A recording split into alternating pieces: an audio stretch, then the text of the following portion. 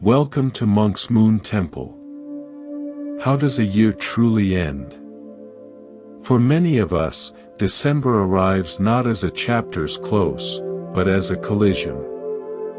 We're out of fuel, coasting on fumes, dragging behind us a sack filled with every not yet, every almost, every I should have.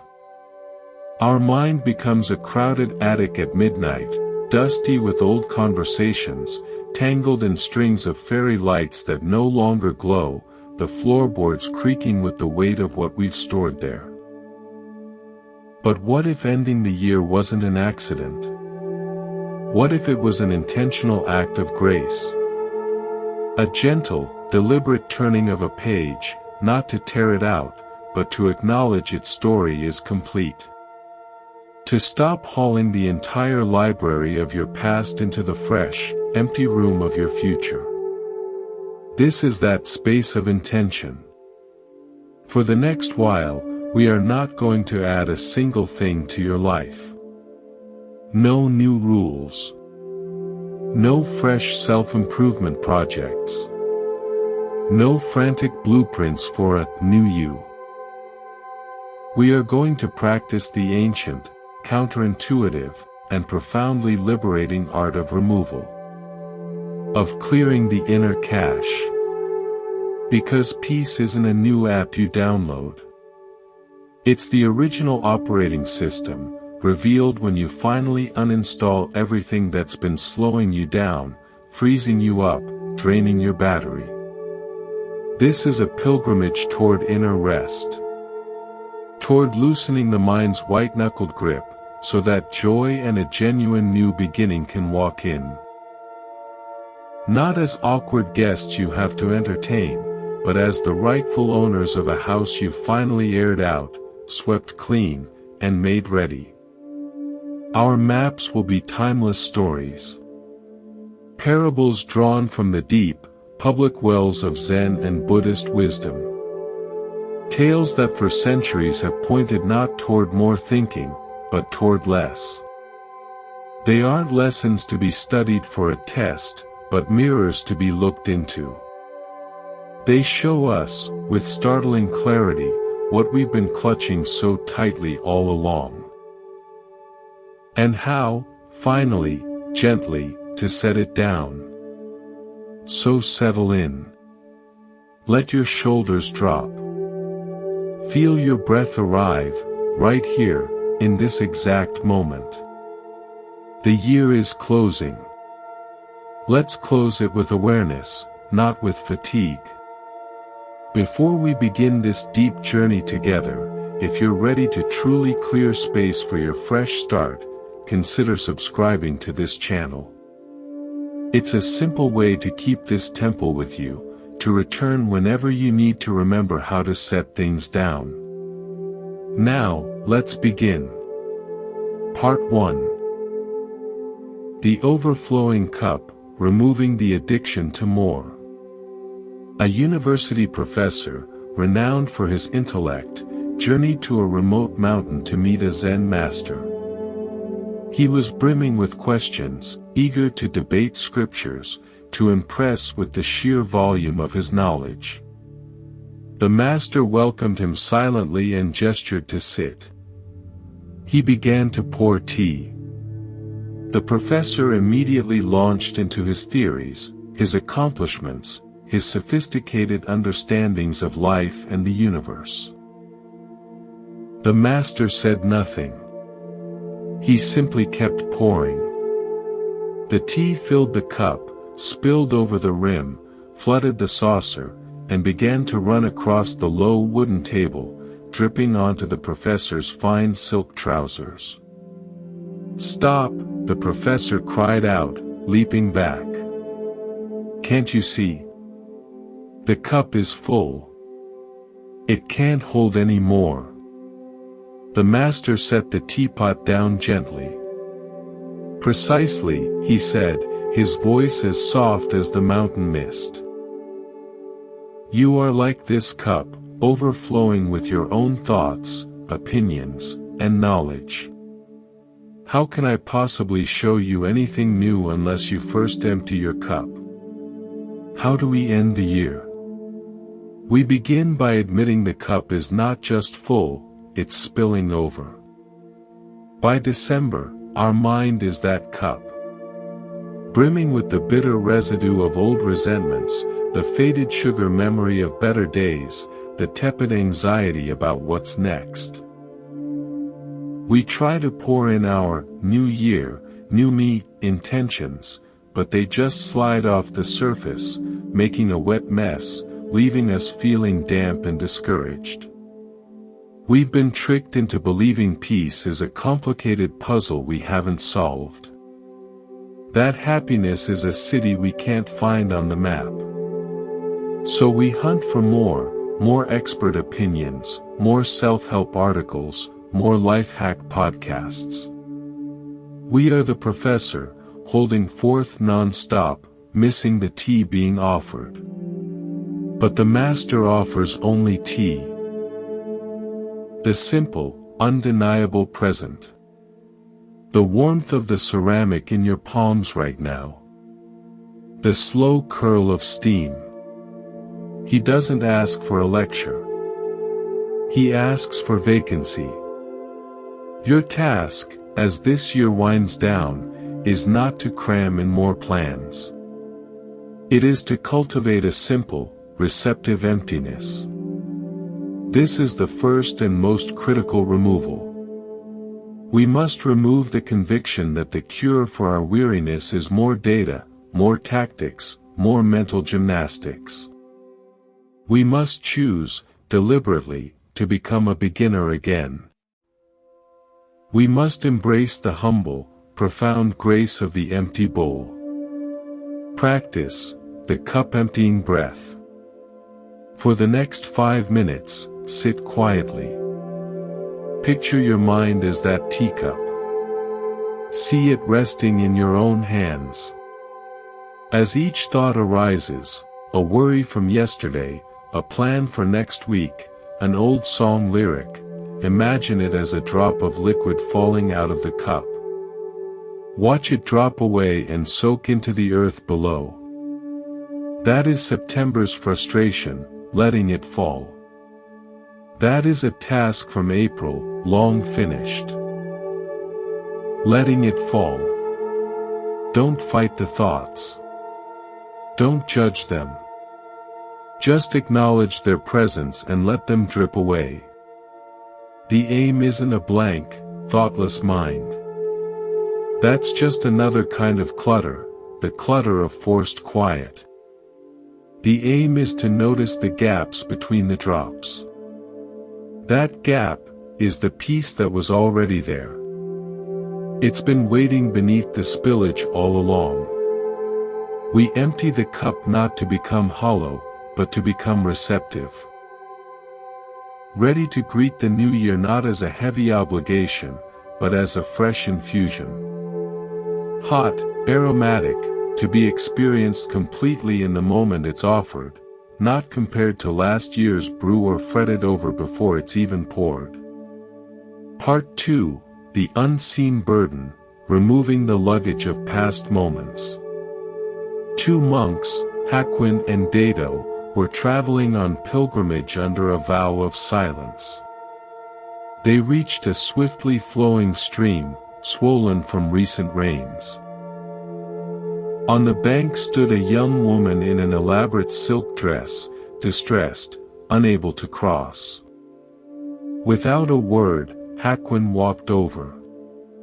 He lifted her, carried her across the chilly water, set her down safely on the far side, bowed, and continued walking. Dato was horrified. He followed in fuming silence.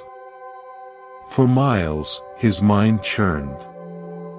As they neared the monastery that evening, he could hold it in no longer. "Brother," he exploded. "We are monks. We have taken vows. To touch a woman, it is forbidden. How could you?" Hakwin stopped and looked at his companion with genuine curiosity. My friend, he said gently, I set that woman down by the stream hours ago.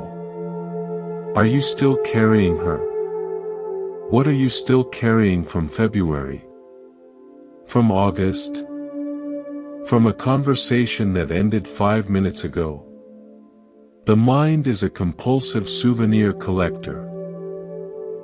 It picks up every perceived insult, every cringeworthy memory, every, if only, every triumph whose thrill has long since faded, and packs it all into a sack we drag behind us. We end the year not just travel-weary, but bent double under the weight of luggage we were never supposed to keep. Dado's mind was a jail of dogma and critique. He carried the rulebook like a set of shackles. But Hakuin simply saw a human being in need and acted with direct, compassionate practicality.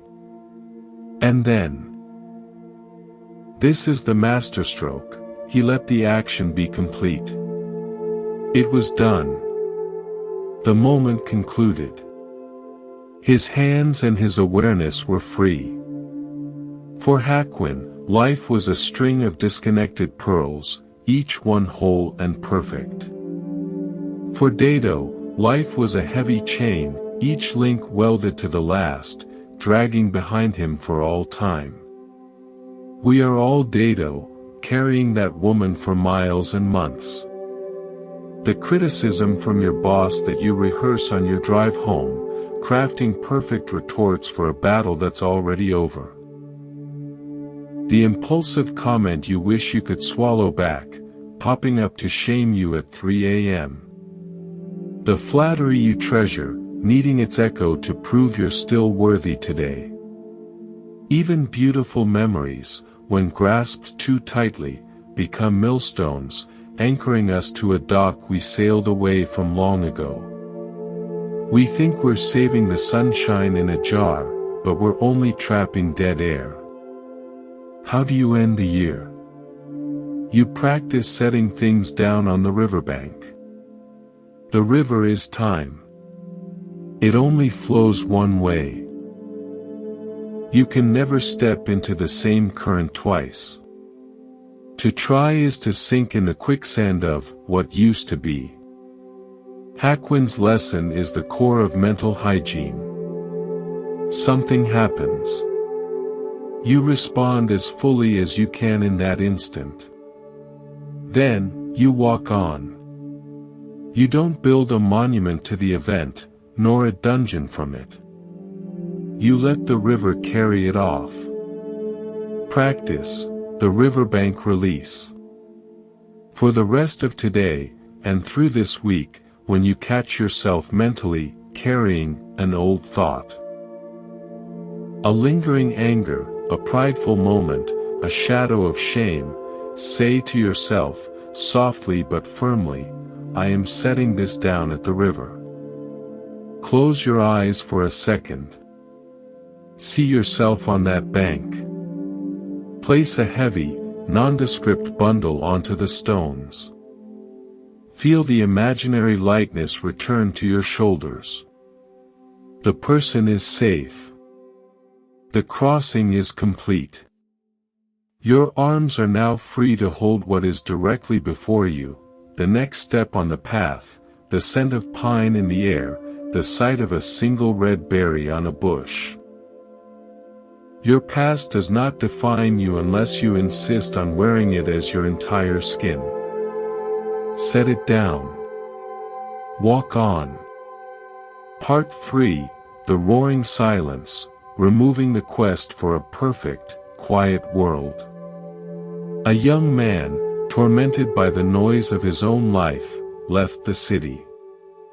He climbed high into the mountains, seeking a hermit known for his perfect peace. He found the master sitting outside a simple cave. Master, the young man begged, I've given up everything. The noise of the world was unbearable. But here, in this silence, the noise is worse. It's inside me. The arguments, the wants, the constant thinking, it's a riot in my own head. How do I make it stop? The old hermit nodded.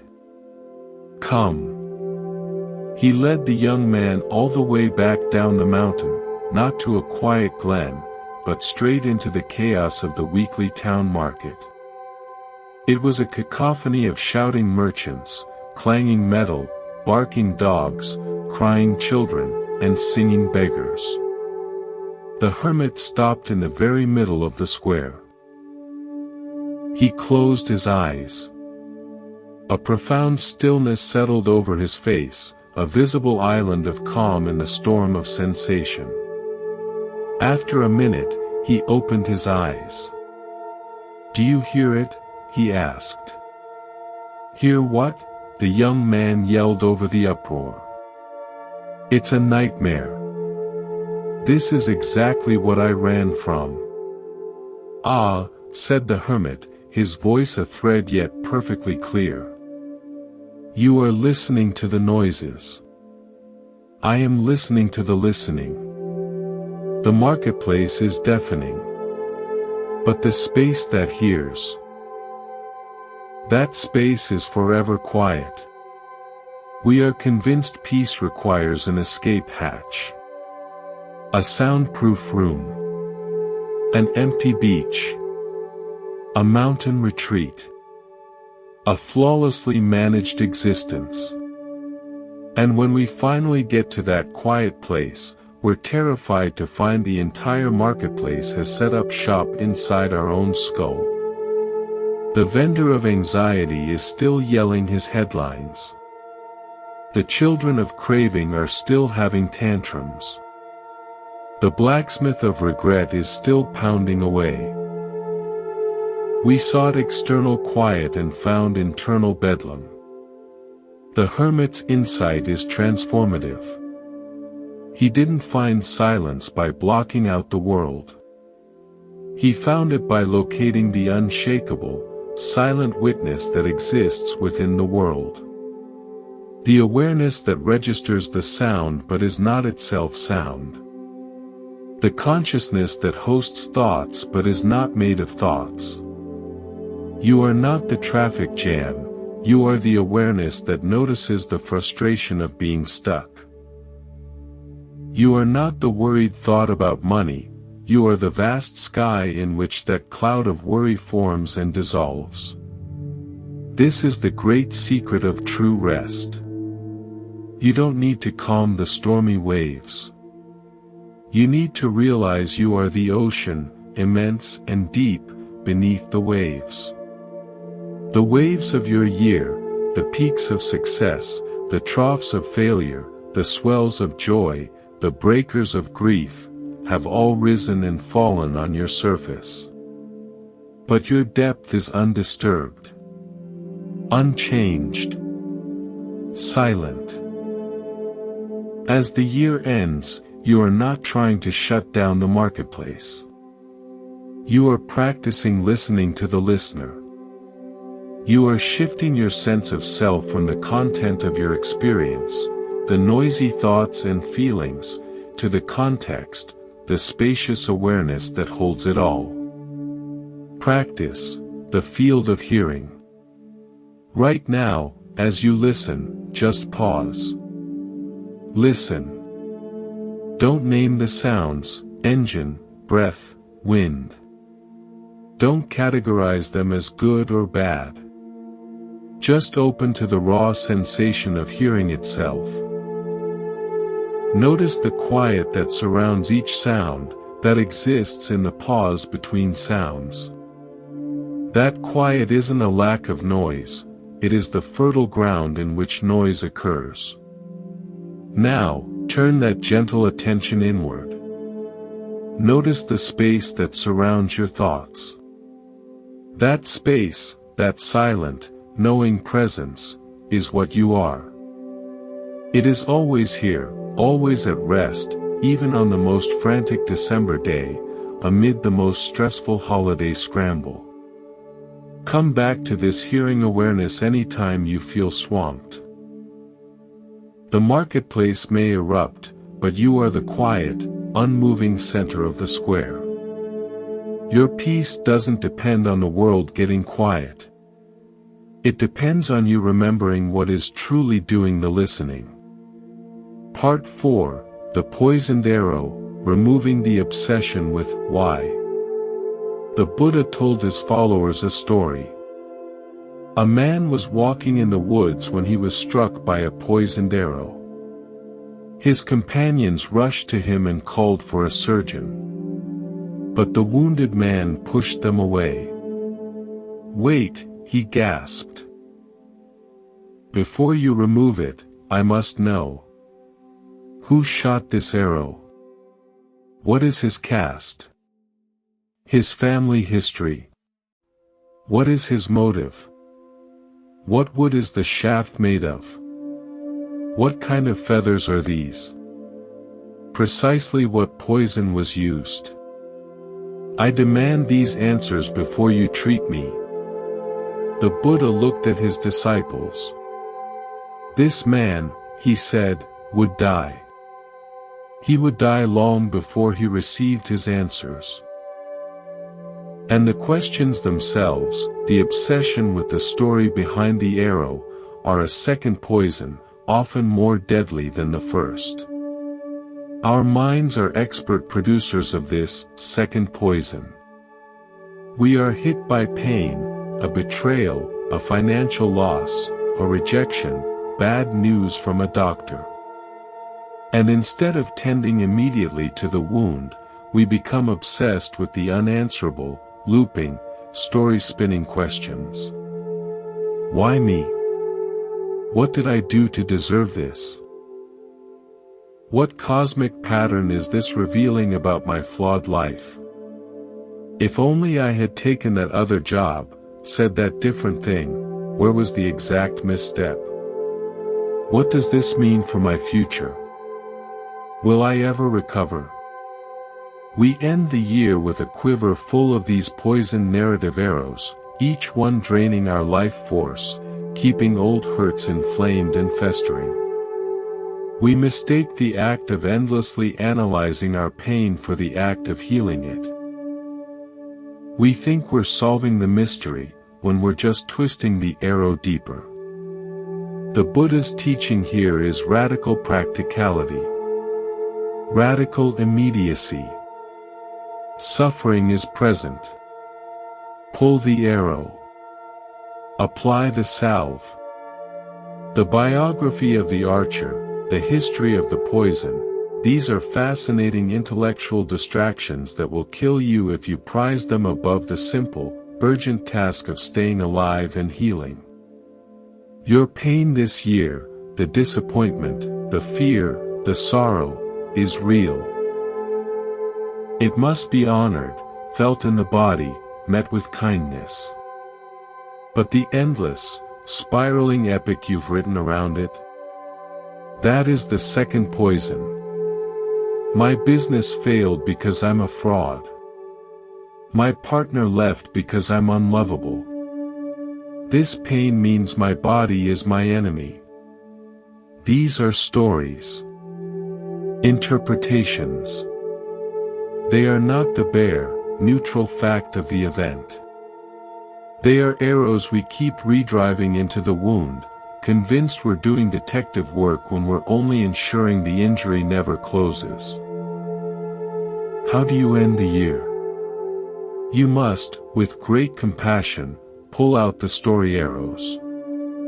You don't need to know the grand, cosmic, why the deal fell through, the friend drifted away, the health declined. You only need to know the medicine for this moment, gentleness.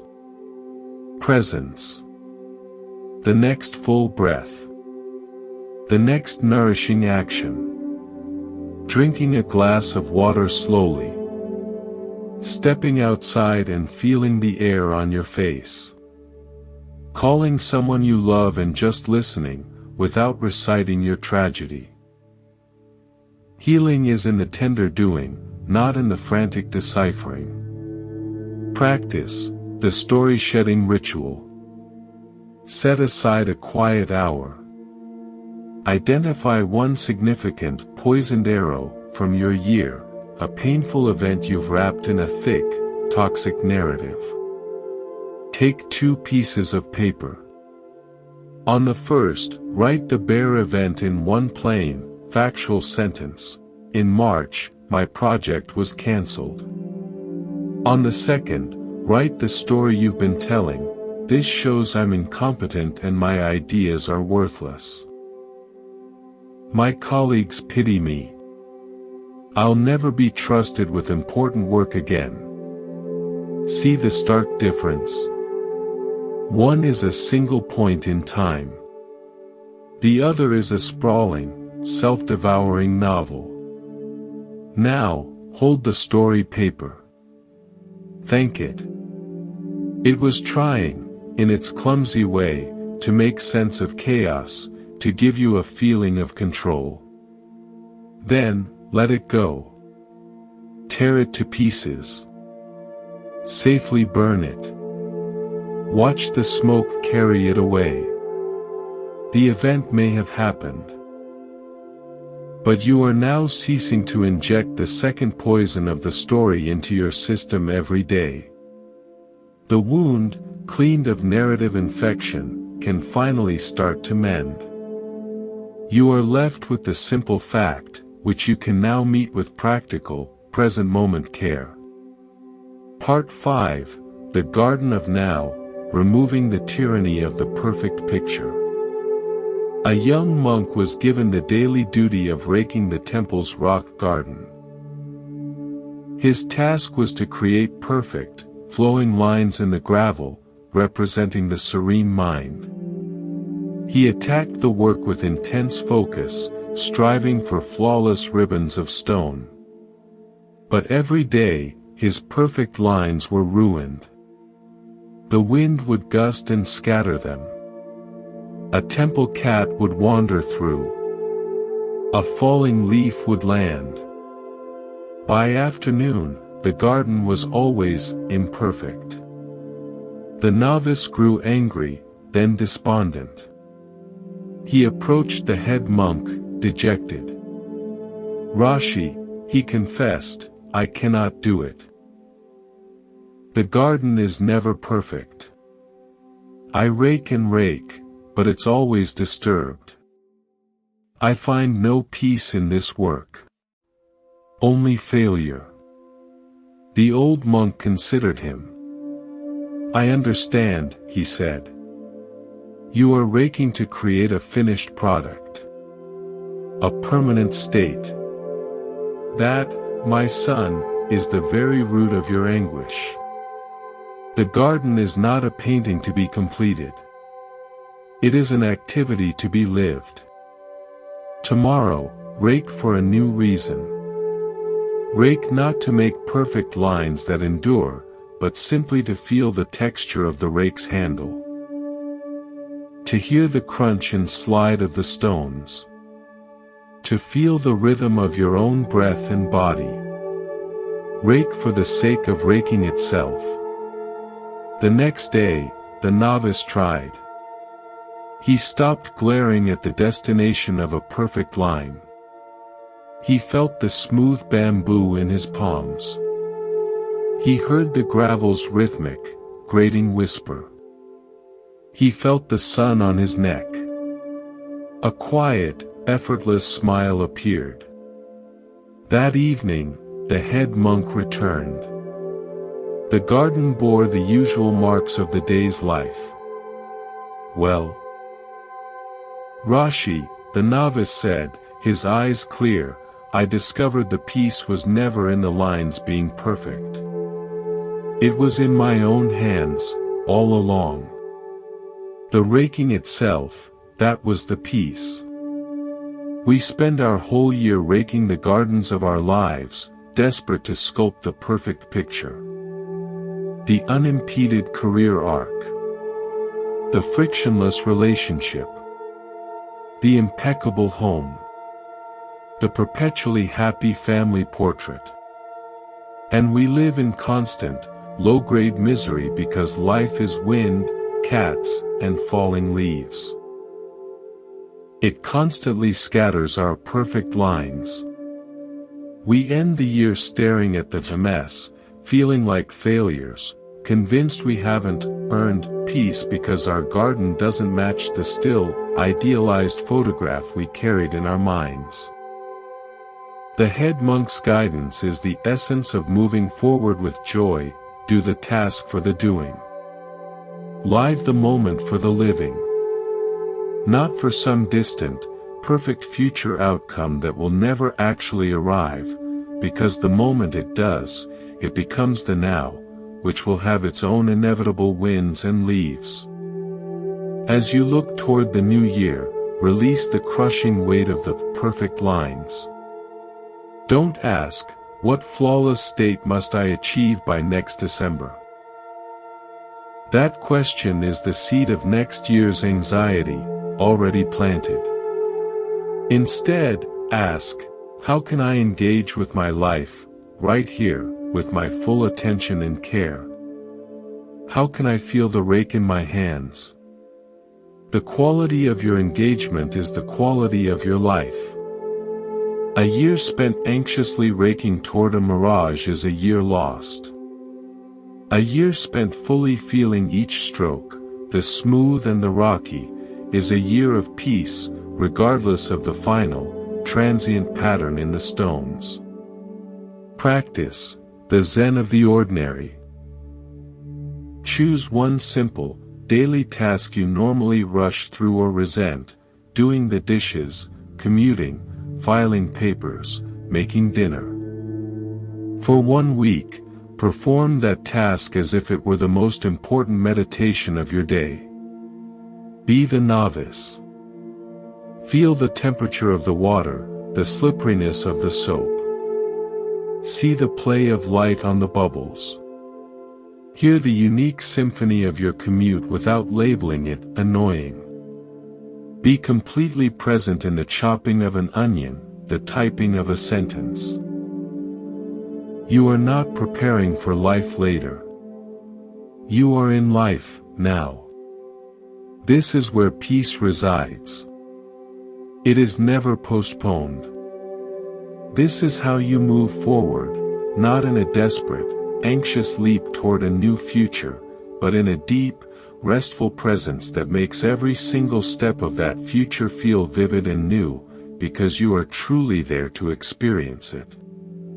Part 6, The Strawberry on the Cliff, Removing the Fantasy that Peace is Elsewhere. A man is walking on a narrow mountain trail. Suddenly, a huge, hungry tiger leaps onto the path behind him. The man flees in blind terror, the tiger's breath hot on his neck. He comes to a precipice. With no other escape, he scrambles over the edge and clutches a thin, wild vine, dangling over a 1,000-foot drop. He looks up. The tiger is above, snarling, pacing, claws scraping stone. He looks down in horror. Below, at the base of the cliff, another tiger looks up, waiting. His arms burn. His grip weakens. Then he sees 2 mice. One white, one black, emerge from a crevice and begin to gnaw on the vine he holds. The mice of day and night, of passing time, chewing relentlessly on the slender thread of his life. He is trapped. Certain death above. Certain death below. Time, the mice, gnawing away his last hope. In this moment of absolute, paralyzing dread, his eye is caught by a spot of color. Right beside him, growing from a crack in the cliff face, is a single, perfect, wild strawberry. Holding on with one trembling hand, he reaches out with the other. He plucks the strawberry. He brings it to his lips. He places it on his tongue. And as the flavor bursts in his mouth, a thought arises, clear and unforced. how incredibly sweet. This story may be the ultimate teaching for ending a year and understanding a fresh start. It is the whole human drama in a single scene. The tiger of the past, our regrets, shames, rigid stories of who we are. Chasing us, blocking any retreat. The tiger of the future, our fears, anxieties, unknowns, waiting below with jaws agape. The mice of time, seconds, minutes, days, years, relentlessly gnawing, reminding us of our mortality, our deadlines, our aging. The absurd, terrifying, fragile reality of being alive. And then, the strawberry. The present moment. The only thing that is ever real, ever accessible. Not the memory of last summer's berry, not the hope for a harvest next year, but this berry. Now. The man doesn't solve his predicament. He doesn't slay the tigers or banish the mice. He may still fall. But in the heart of the inescapable terror, he chooses, with breathtaking courage, to fully receive what is offered to him right now. That choice is awakening. That is freedom. That is how you locate joy even when life has you hanging by a thread over the abyss. It is the ultimate removal. Taking your attention away from the unsolvable drama of past and future, and placing it entirely into the irreducible reality of the present sensory experience. Your entire year has been a string of strawberries you likely missed because you were fixated on the tigers. The taste of your morning coffee while mentally rehearsing a meeting. The feeling of a soft blanket at night while mentally re-arguing a conversation. A friend's genuine laughter while you were half-planning your reply. The color of sunset while you scrolled through a screen. We think, once this year is finally over, then I'll find peace. When the new year starts and I finally fix X, then I'll have joy. This is the mind of the man on the vine, ignoring the strawberry right next to him. It is the grand illusion. Peace and joy are not future events you schedule. They are only ever possible as experiences in the present. You cannot have peace tomorrow. You can only be peaceful now. You cannot pencil in joy for January 1st. You can only taste it in this very breath. How do you end the year? You end it by beginning to taste the strawberries. You end the war with time. You cannot change the tiger of what has already happened. You cannot control the tiger of what might come. You cannot stop the mice of time from their chewing. But you can, right in the thick of it all, choose to taste the astonishing, fragile, heartbreaking sweetness of being alive in this very breath. This isn't denial. It is the deepest possible, yes, to life, spoken from within the reality of suffering and change. Practice the strawberry pause. Several times a day, for the rest of this year and beyond, just stop. Look for your strawberry. It's always there, hidden in the crevice of the ordinary. The warmth of a mug in your hands. The intricate pattern of frost on a window. The sensation of your body fully supported by your chair. The complete cycle of one single, unlabored breath. When you find it, pluck it with your full awareness. Taste it completely. Involve all your senses. Whisper to yourself, how sweet. This simple act is the most radical thing you can do. It is the end of searching and the start of discovering. It is the only way to move forward feeling truly fresh, because you are finally anchored in the only time that is ever fresh, ever new, this very moment. Part 7, The Dull Axe, Removing the Neglect of Your Core Instrument. A powerful woodcutter took a job with a logging crew. He was strong, determined, and proud. On his first day, with fierce effort, he chopped down 20 trees. The foreman was amazed. Incredible work. The second day, the woodcutter worked just as hard, from first light to last. But he only felled 15 trees. On the third day, he redoubled his efforts, gritting his teeth, swinging with all his might. He managed only 10 trees. By the fourth day, despite heroic, exhausting labor, he could only cut down 5. Defeated, he went to the foreman. "I don't understand it," he said, his voice heavy. "I'm working harder and longer each day. I'm giving it everything. But I'm getting weaker. The trees are winning." The foreman looked at the man's sweating face, then down at his axe. "May I?" he asked. He took the axe, ran his thumb along the blade, and handed it back. "My friend," he said gently, "when was the last time you stopped to sharpen your axe?" The woodcutter stared, blank. "Sharpen it? I haven't had a moment.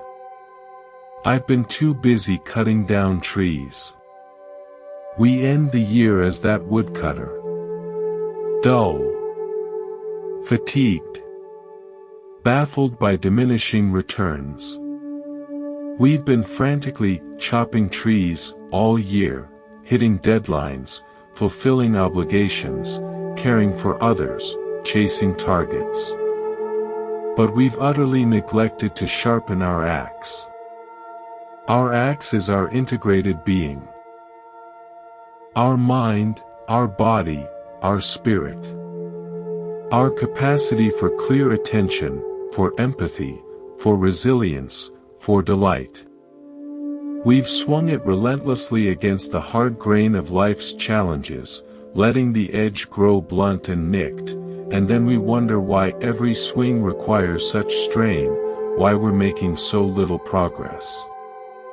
The seventh removal is the neglect of essential self-maintenance, not as a pampering luxury, but as non-negotiable upkeep. We must remove the belief that rest is laziness, that pausing is unproductive, that sharpening the axe is wasted time. It is the most productive time imaginable. A sharp axe cuts cleanly, with minimal effort. A sharp mind lives clearly, with minimal suffering. The foreman's question is the one we must ask as the year closes. When did you last stop to sharpen your axe? When did you last truly rest, not collapse in exhaustion, but engage in deliberate restoration? When did you last do something solely to nourish your soul, a walk with no destination, reading a book for pleasure, creating something useless and beautiful, sitting in real silence? This isn't a bonus. It is the fundamental maintenance of the primary tool you use to live your entire life. Practice, the sacred sharpening appointment. This is a concrete, non-negotiable removal. Before the year turns, take your calendar. Block out time, as you would for the most critical meeting of the year, and label it axe sharpening. Start modestly. 30 minutes, 3 times a week. This time is holy. It is not for scrolling, chores, or productive side hustles. It is for the activity that genuinely restores your edge. For one person, it's a hard swim. For another, it's playing an instrument. For another, it's gardening. You know what it is for you. Schedule it. Defend it ferociously. The new year will bring a fresh forest of trees to tend. Walk into it with a sharp axe. You will move forward not with weary determination, but with available, effortless power. Joy becomes possible not when life gets easy, but when you are sharp enough to meet life's inevitable resistance without shattering yourself against it. Part 8, The Eye of the Storm, Removing the War with Reality. A massive typhoon was approaching a seaside village. The villagers, fearing for their lives, boarded up their homes and fled to high ground. But one old Zen monk was seen walking calmly down the path toward the sea. "Master," they shouted from their carts. "Stop! The typhoon is coming. You must come with us to safety." The monk simply waved, smiled, and continued on. He reached his small hut on the dunes. As the storm roared ashore with apocalyptic fury, he sat in meditation posture in the center of the single room. The walls shuddered. The roof screamed. Rain blew in like bullets. He sat, still and centered, as if in the heart of a silent crystal.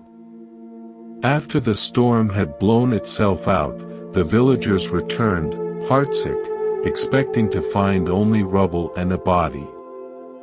Instead, they found the monk sitting cross-legged on the soaked sand before the complete wreckage of his hut. He was sipping tea from a chipped but unbroken bowl. "Master," they cried, rushing to him. "You're home. Everything is gone. How can you be so calm?" The monk took a slow sip. He looked at the splintered wood, the scattered thatch. "The hut is gone," he said, nodding. "That is true. But I am here." The storm was very, very loud. He paused, a twinkle in his eye. "But I am here." He gestured to the horizon, where the clouds were parting. "And now, the sun is here. Life delivers typhoons. This year had some. Next year will have others. They are impersonal forces of change, loss, and upheaval. Our deepest suffering doesn't come from the storm itself, but from our fierce, exhausting, futile resistance to it. From our mental scream, 'This shouldn't be happening. Not to me. Not now.' The monk embodies the eighth removal, the removal of resistance to the reality of the present moment, no matter how tempestuous. He doesn't seek the storm. He doesn't want it. But when it arrives, he doesn't waste a single joule of energy fighting the fact of its arrival. He turns toward it. He meets it.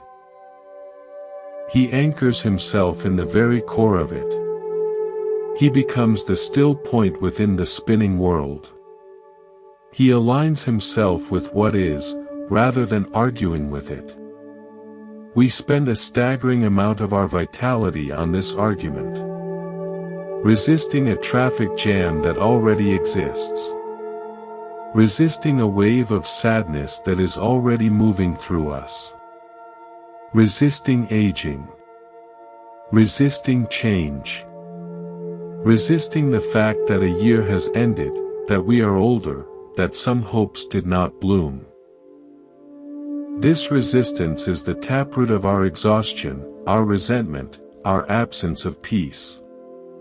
How do you end the year? You cease the argument. You look, with clear eyes, at what was, the storms that passed through, the structures that were damaged or washed away. You acknowledge the facts without the corrosive layer of, "It shouldn't be this way." You let the grief, the disappointment, wash through you fully, without resistance, like a weather pattern passing over a mountain. And then, you notice what remains. I am here. Your fundamental awareness is intact. Your capacity to experience the next moment is unharmed. And after the storm, the sun always returns. It always does. But you'll only see it if you're not still trapped inside the mental hurricane of arguing with what already happened. Practice the "I am here" anchor. In any moment of difficulty, stress, or unwanted change in the coming days, practice this. Say to yourself, internally, "This situation, feeling, event, is here." Simply acknowledge the reality, without judgment. Then say, "And I am here." Feel your own undeniable presence. Your breath. Your feet on the floor. You are the spacious awareness witnessing the storm, you are not the storm itself. This simple, dual acknowledgement, "This is here. I am here," dissolves resistance. It returns you to the only place you can ever actually be. The present, where you have the power to choose your next, tiny action, your next breath, your next sip of tea, even amid the apparent ruins. Moving forward with a fresh start means moving forward without towing the heavy anchor of, "It shouldn't be this way," behind you. Part 9, The Trembling Hand, Removing the Mask of Flawlessness. A powerful warlord, a man of immense pride and a terrifying reputation, heard tales of a retired tea master whose ceremony was so flawless it was said to be a window into the divine. The warlord, wanting to test this legend, demanded a private audience. The old master, living in simple obscurity, consented. On the appointed day, the warlord arrived in full battle regalia, swords at his hip, his very presence making the small tea room feel like a battlefield. He watched the master's every move with a hawk's critical, piercing gaze, searching for a crack in the perfection. The master performed the ritual with his legendary serene, unhurried grace. His movements were poetry. His focus was absolute. But as he lifted the bowl to present the finished tea to the warlord, his hand trembled. Just a faint, almost invisible quiver. A single, tiny droplet of tea fell onto the lacquered tray. The warlord's eyes lit up with victorious scorn. "Aha!" he thundered, his voice filling the room. "So the legend has a crack. Even the great master trembles in the presence of true power." The tea master looked down at the spilled drop. Then he looked up at the warlord, and a gentle, relieved smile touched his lips. "My lord," he said softly, "I have been trembling since the moment you entered. The tea has only just now had the courage to show it. We so often approach the new year wearing a mask. The mask of having it all figured out. The mask of being completely over the past. The mask of unshakable confidence. We believe we must present a seamless, unblemished front, to the world, and even to ourselves. This mask is incredibly heavy. It consumes constant energy to uphold. It isolates us, because behind our own mask, we see only the masks of others, and we feel utterly alone in our secret tremors. The tea master's wisdom is deep. He didn't try to suppress his human tremor. He didn't apologize for it. He didn't see it as a failure of his enlightenment. He integrated it. He allowed the tremor to be part of the ceremony. The spilled drop wasn't a mistake, it was the honest truth of that moment, a human being, in the presence of intimidating power, experiencing fear. And by letting the tea reveal it, he was more authentic, more whole, and in a truer sense, more perfect than any sterile, flawless performance could ever be. The ninth removal is the mask of pretended perfection. We must remove the belief that to be peaceful, we must be unruffled. That to be strong, we must be rigid. That to move forward, we must have zero doubts. This is an intolerable burden. Inner peace is not the absence of the tremor, it is the spacious, compassionate awareness that holds the tremor. It is the willingness to let the tea spill, and to smile gently at the beautiful, honest humanity of it. As you end this year, grant yourself permission to have trembled, to have spilled tea, to have been scared, uncertain, messy, emotional, inconsistent. You are human. The goal is not to transform into a marble statue of enlightenment. The goal is to become a fully alive, authentic human being who is at peace with their own glorious, messy humanity. This authenticity is the bedrock of real joy. The joy of being real. Of being seen, first and foremost, by yourself. Practice the honoring of the spill. Reflect on one spill from your year. A moment of public or private vulnerability, a mistake you've been ruminating on, a fear you tried to bury. Instead of judging it, see it as the tea master might. Say to yourself, that was the tea trembling. That was my humanity announcing itself. Thank it for its honesty. It wasn't a character flaw, it was evidence of your aliveness.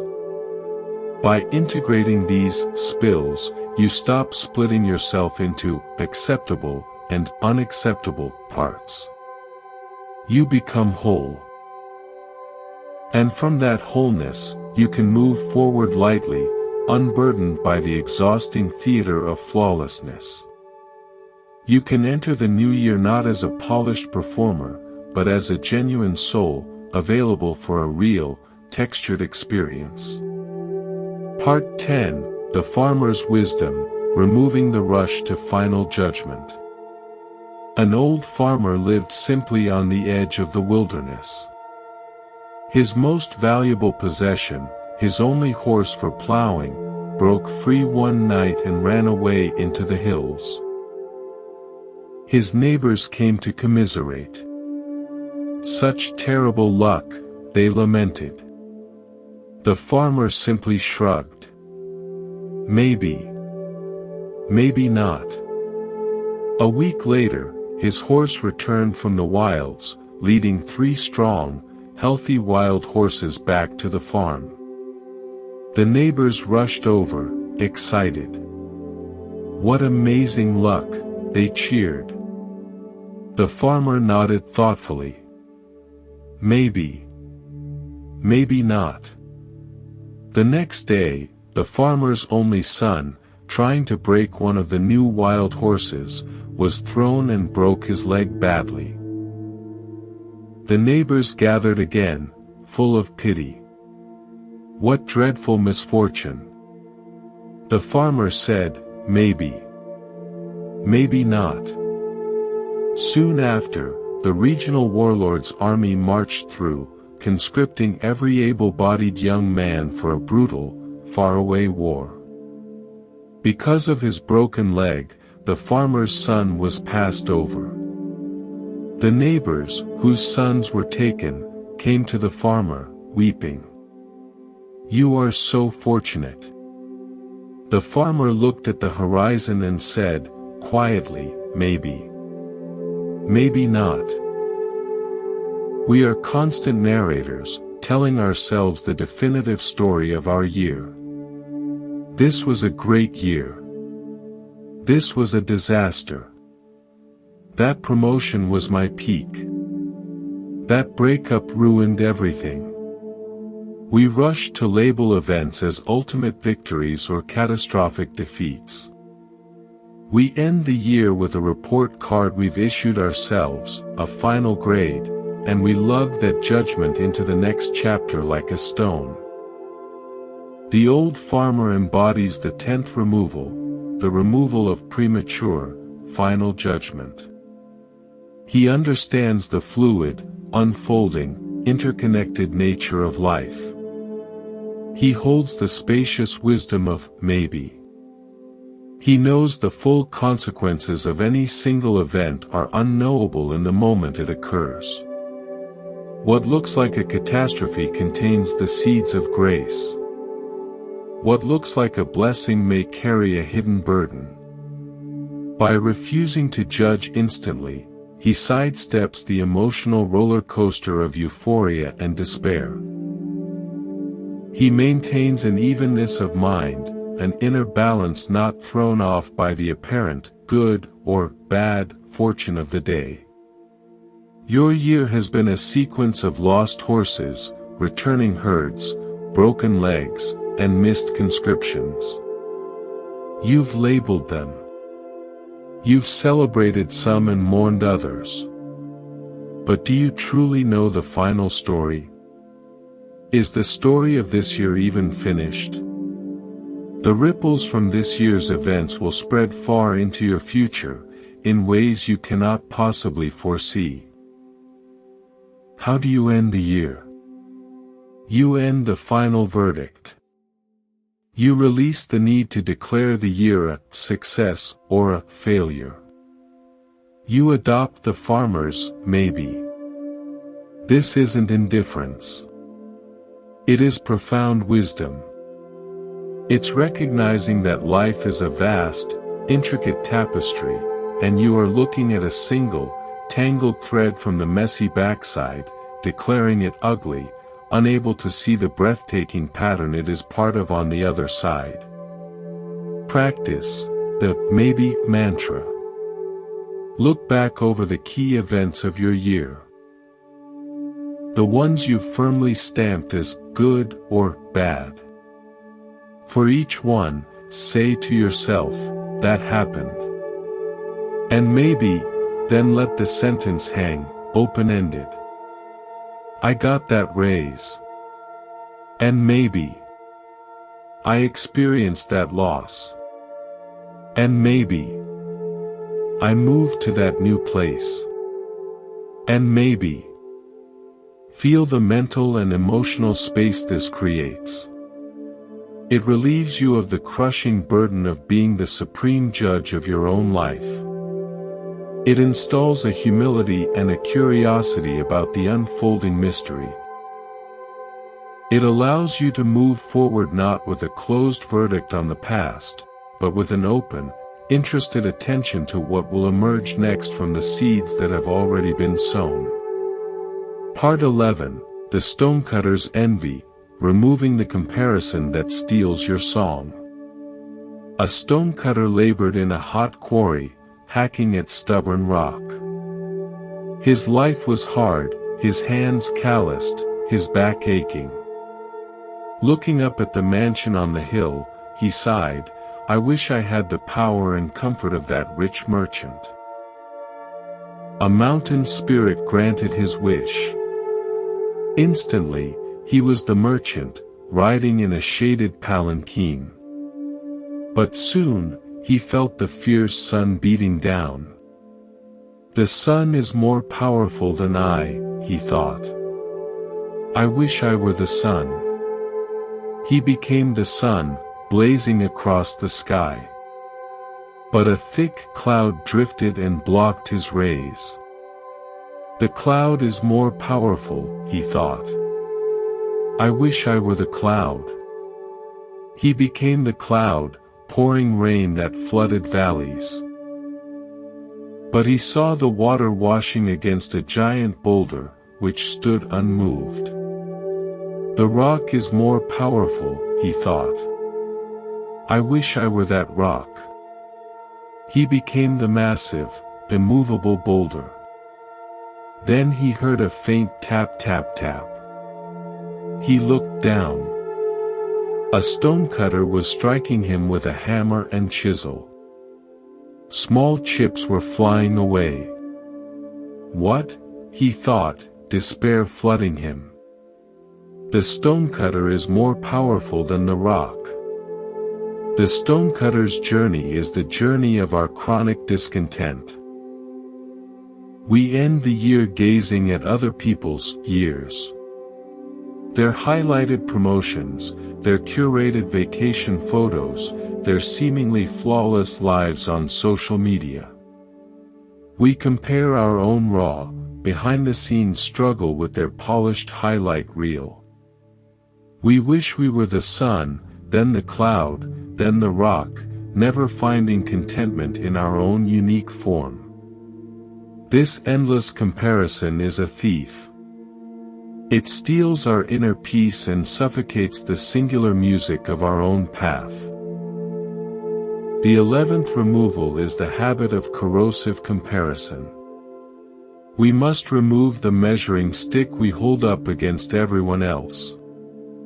The mountain spirit's lesson is that every form has its unique strength and its inherent vulnerability. The merchant is subject to the sun. The sun is obscured by the cloud. The cloud is stopped by the rock. The rock is shaped by the stonecutter. There is no ultimate, comparison-proof state of being. The grass is not greener on the other side of the fence. It is greenest where you bother to water and tend it. When you compare, you abandon your own post. You leave your own experience, your own raking of your own unique garden, to fantasize about tending someone else's. You end the year feeling impoverished, not because your life lacks inherent richness, but because you've been valuing someone else's carefully filtered mirage more than your own complex, beautiful reality. How do you end the year? You come home to your own form. You stop longing to be the sun, the cloud, the rock. You become the most present, skillful, and compassionate stonecutter you can be. You tend to your own rock, your own life, with your full attention. You discover the dignity and the quiet power in your own specific struggle, your own particular joy. Practice the homecoming breath. For one full day, commit to a comparison fast. Every single time you catch yourself comparing your life, your achievements, your looks, your year to someone else's, whether in your mind or on a screen, gently interrupt the habit. Say silently, I am coming home. Then, immediately bring your attention to a physical sensation in your own body. The feeling of your feet firmly on the ground. The cool air entering your nostrils. The weight of your body in the chair. This grounds you back into your own undeniable, irreplaceable reality. Your life is not happening over there, in someone else's story. It is happening here, in this body, with this breath. Nourish this. Attend to this. This is where your true power resides, not in being something else, but in being fully, authentically this. Part 12, the butterfly's dream, removing the heavy, fixed self. The ancient Taoist sage Zhuangzi once dreamt he was a butterfly, a joyous, fluttering butterfly, going wherever he wished, completely unaware of being Zhuangzi. Then he awoke, and found himself solidly, definitely Zhuangzi again. But this left him with a profound and puzzling question. Now I do not know, was I Zhuangzi dreaming I was a butterfly, or am I now a butterfly dreaming I am Zhuangzi? We carry into the new year a solid, fixed, and often painfully heavy sense of self. I am a person who always worries. I am someone who can't handle conflict. I am the one who failed at that. I am the successful one from that project. This self-concept is a collection of stories, habits, and labels gathered from the past year and all the years before. We believe this solid, I, is who we are, and we feel we must defend it, upgrade it, and drag it with us everywhere. It feels like a suitcase packed with stones. Zhuangzi's playful riddle points to the 12th removal, the removal of the fixed, burdensome self. He hints at the fluidity of identity. Are you the dreamer, or the dream? Perhaps you are both, and neither. In Zen, this is the insight of anatta, or non-self. It doesn't mean you don't exist. It means you are not the limited, static story you keep telling about yourself. You are more like a flowing process, a river of changing experience, a field of awareness in which the character called you makes a temporary appearance. This is profoundly liberating for a fresh start. You are not contractually obligated to be the you of last year. That person was, in a meaningful way, a dream. A particular pattern of thoughts, emotions, and actions.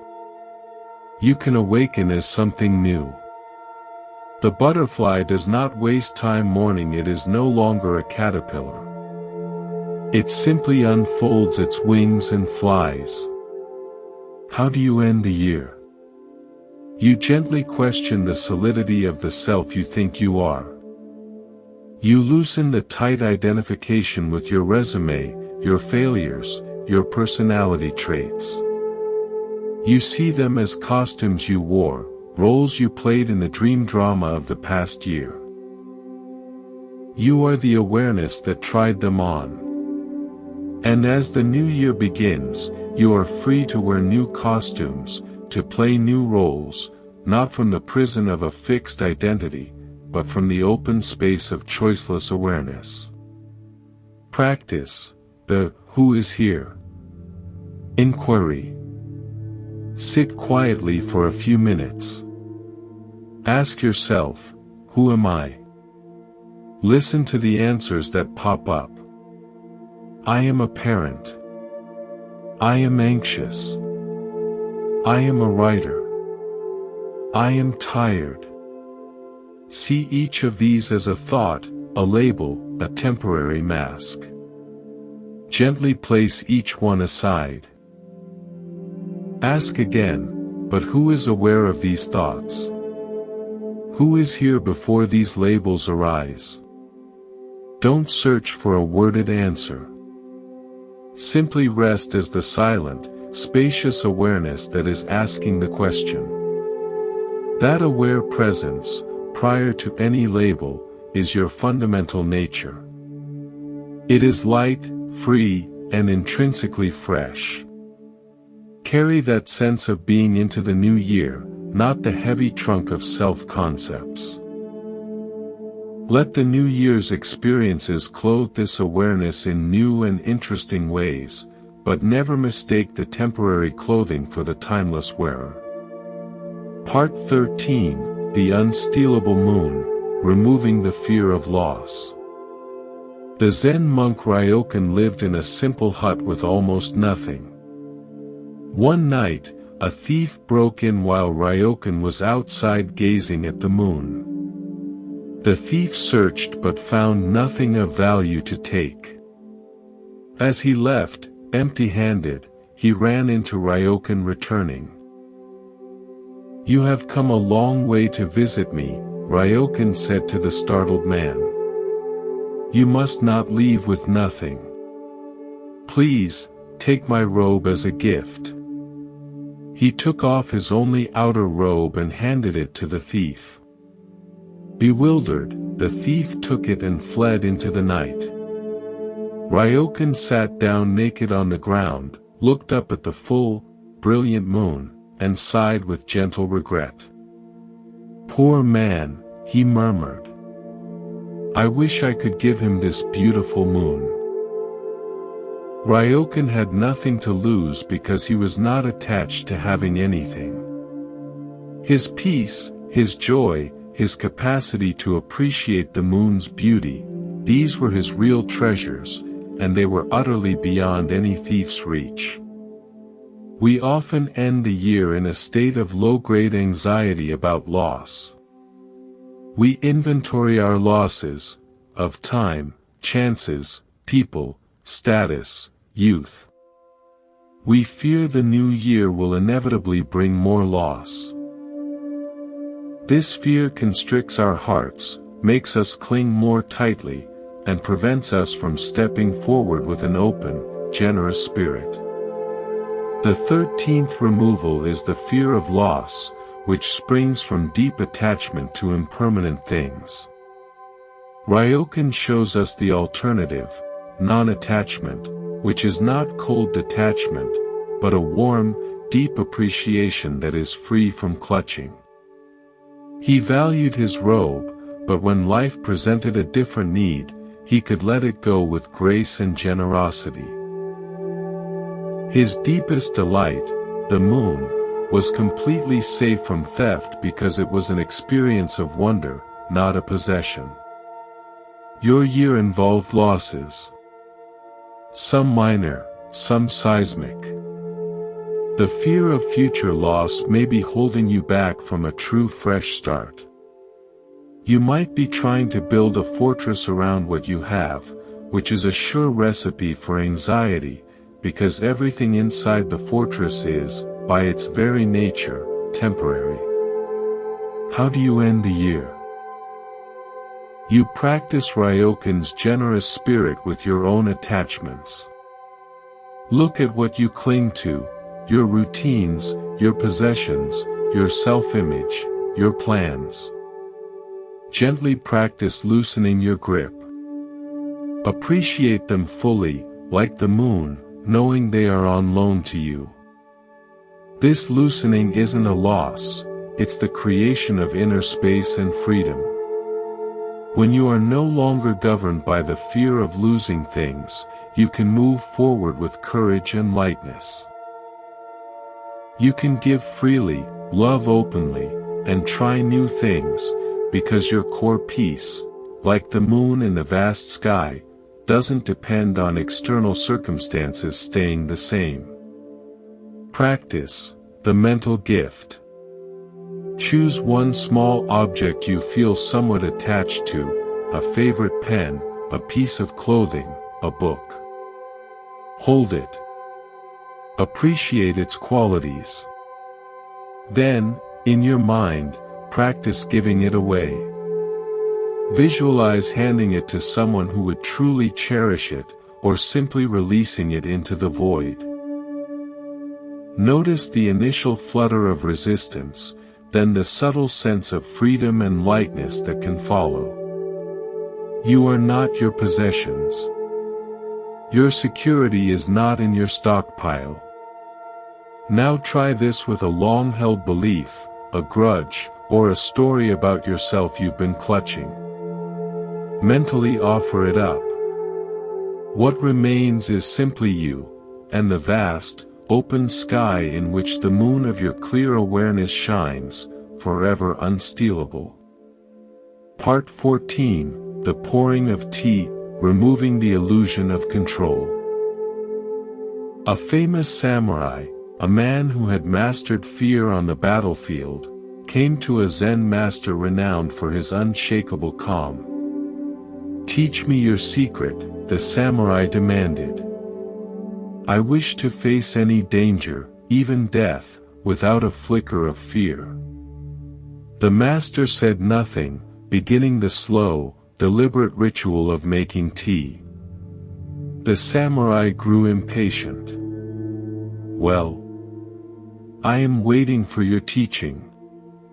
At that moment, a powerful earthquake struck. The ground heaved. The walls of the hut shuddered violently.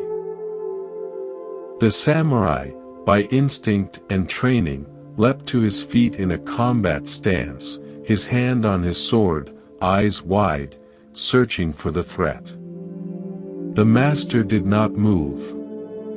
He continued pouring the hot water into the teapot, his hand steady, his face a pool of tranquility. The quake subsided. The samurai, breathing heavily, slowly sat back down. He stared at the master in awe. How did you not react? The earth itself was trying to kill us." The master finished pouring, set the kettle down, and smiled. "The earth was moving. I was pouring tea. You were trying to fight an earthquake. Tell me, who was in more danger?" We faced the new year armed with plans, strategies, resolutions. We want to control outcomes, manage risks, engineer a specific future. This is the mind of the samurai, ready to battle every tremor, to command every variable. And when life, which is inherently uncontrollable, brings an earthquake, a sudden illness, an unexpected change, we are thrown into panic and exhaustion. We were trying to fight a force of nature. The master demonstrates the 14th removal, the removal of the illusion of control. He does not control the earthquake. He cannot stop it. So he does not waste a single drop of energy trying. He anchors himself in the simple, doable action of the present moment, pouring tea. His calm comes from aligning with what is actually within his control. His own attention and action in the now, and releasing his white-knuckled grip on everything else. Your anxiety about the new year is largely anxiety about the unknown, the uncontrollable. What if I get sick? What if the market crashes? What if I'm not enough?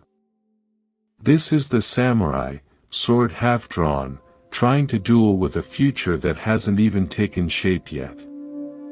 How do you end the year? You lay down the sword of control. You acknowledge that you are not the general of the universe, able to command all outcomes. You are a participant in a vast, unfolding process. Your true power lies not in controlling the ocean's waves, but in learning how to sail, and in knowing how to find your balance when the deck shakes beneath you. You focus on pouring your tea, the next, small, right action, taken with care and full presence. The future will bring its earthquakes and its calm seas. Your peace comes from your relationship to the present task, not from the futile, exhausting attempt to command the weather. Practice, the circle of influence. Draw two circles, one inside the other. In the small, inner circle, write, my breath. My focus. My response this moment. My next action. In the large, outer circle, write, outcomes. Other people's choices. The past. The future. World events. The weather. For one day, practice noticing when your worry is fixated on the outer circle, things you cannot control. Each time you notice, gently say to yourself, "That is in the outer circle." Then, consciously bring one piece of your attention back into the inner circle. I will feel the next 3 breaths. I will notice the sensation of typing. I will take one mindful sip of water. This practice builds the mental muscle of empowered presence and slowly releases the exhausting, impossible burden of pretending you are responsible for the uncontrollable. Part 15, The Unfinished Pot, Removing the Need for Completion. A student of pottery worked for years under a great master. His goal was to create a single, perfect pot, a masterpiece that would encapsulate all he had learned. He spent months on one piece, obsessing over every curve, every glaze, every firing. Finally, he presented it to his master. The master examined the pot carefully. It was technically flawless, beautiful in its symmetry. Then, without a word, the master took a small hammer and, with a sharp tap, chipped a tiny piece from the rim. He handed it back to the stunned student. The student was devastated. Why? It was perfect. It was finished. The master shook his head. No. Now it is perfect. Now it is interesting.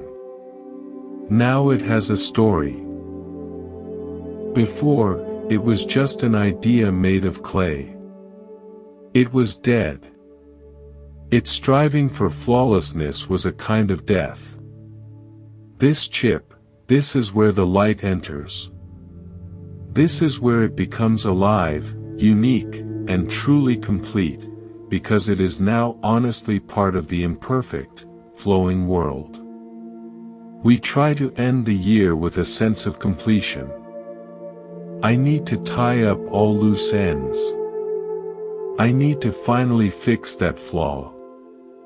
I need to achieve that goal so I can feel whole.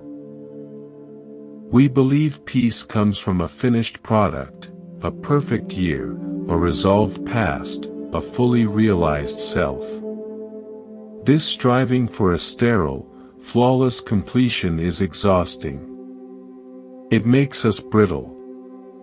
It denies the beautiful, ongoing process of being alive. The Master Potter teaches the 15th removal, the removal of the need for sterile completion.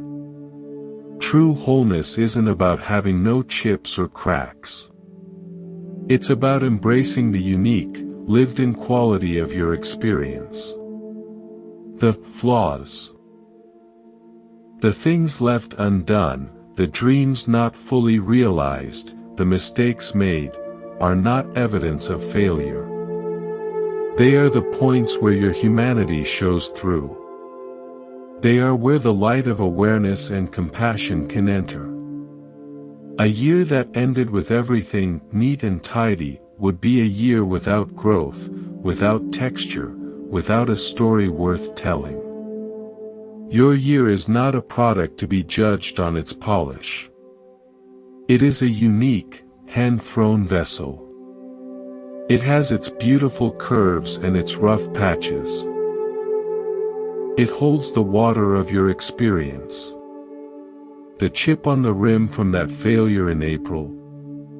That's where you learned resilience.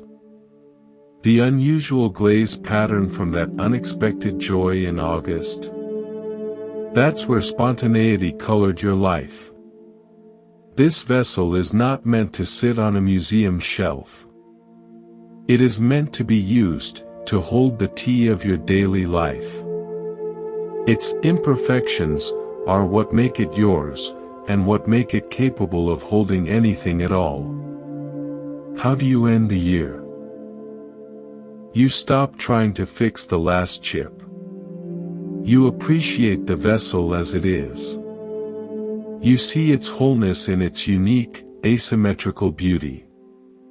You understand that a life, a year, that is truly complete is one that is openly, honestly part of the ongoing, imperfect flow. It is finished in the sense that it is fully accepted, not in the sense that nothing more can be added. From this acceptance, you can move forward, not to create a perfect, new pot, but to engage in the joyful, messy process of throwing clay on the wheel once more. Practice the vessel appreciation. Take a moment to look back on your year not as a report card, but as a unique pottery vessel you have created. In your mind's eye, hold it. Notice its shape, its weight, its colors. Instead of focusing on the flaws, see them as marks of character. The slight wobble from a time you were off balance. The darker patch from a period of intensity. The smooth curve from a flow state. Whisper to it, you are complete as you are. You hold everything perfectly. Feel the relief of not needing to fix or change it. This vessel is the foundation.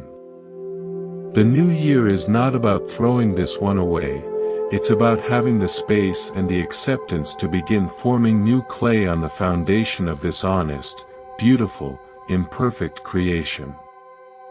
Part 16, The Blind Men and the Elephant, Removing the Partial Truth. A group of blind men encountered an elephant for the first time. Each touched a different part. One felt the side and said, an elephant is like a wall. One felt the tusk and said, no, it is like a spear.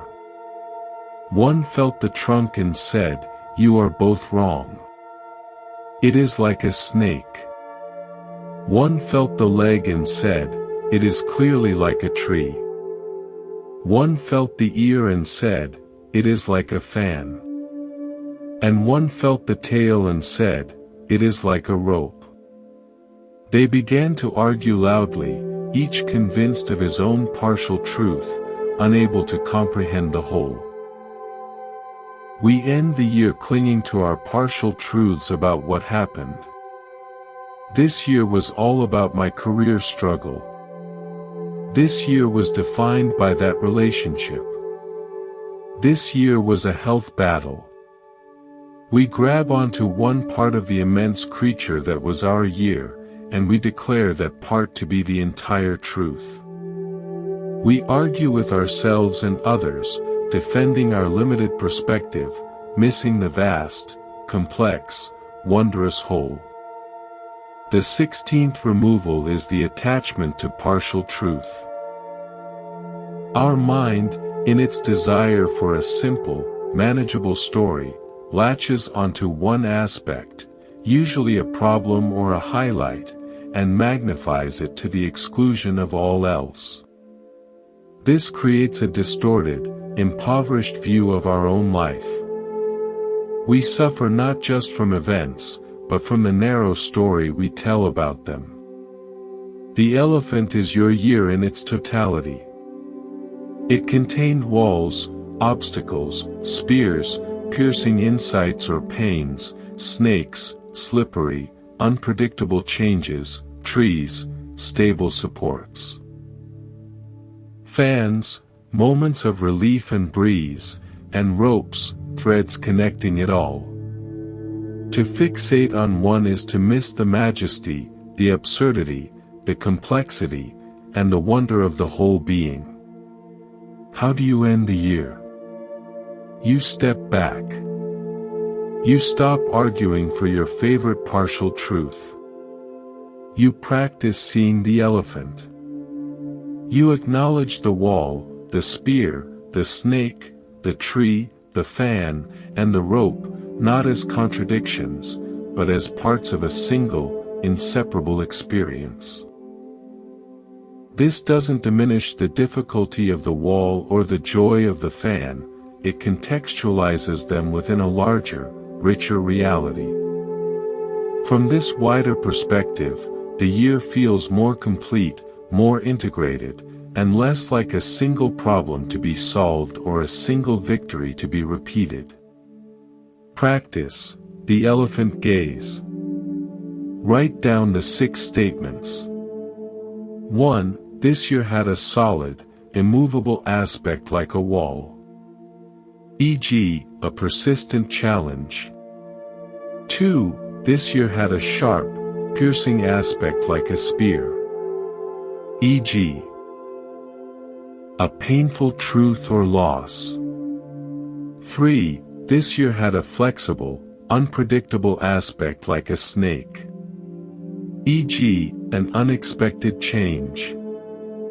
4. This year had a strong, supportive aspect like a tree. E.g., a person or habit that grounded you. 5. This year had a cooling, relieving aspect like a fan. E.g., a moment of peace or joy. 6. This year had a connecting, thread-like aspect like a rope. E.g., a theme or lesson that ran through it. For each, find a genuine example from your year. Don't judge them. Just list them. See them side by side. This is your elephant. This is the year. Hold this multidimensional picture in your mind. Feel how it relieves the pressure of any single story. You can move forward not from one narrow point, but from the integrated wisdom of the whole creature. Part 17, The Monk and the Scorpion, Removing the Expectation of Different Nature. A monk sat by a stream, watching a scorpion struggle in the water. Moved by compassion, he reached down to scoop it out. As he did, the scorpion stung him.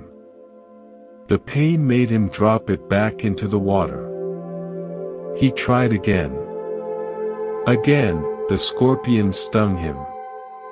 A bystander saw this and cried, "Holy One, why do you keep trying? Don't you see it's in the scorpion's nature to sting?"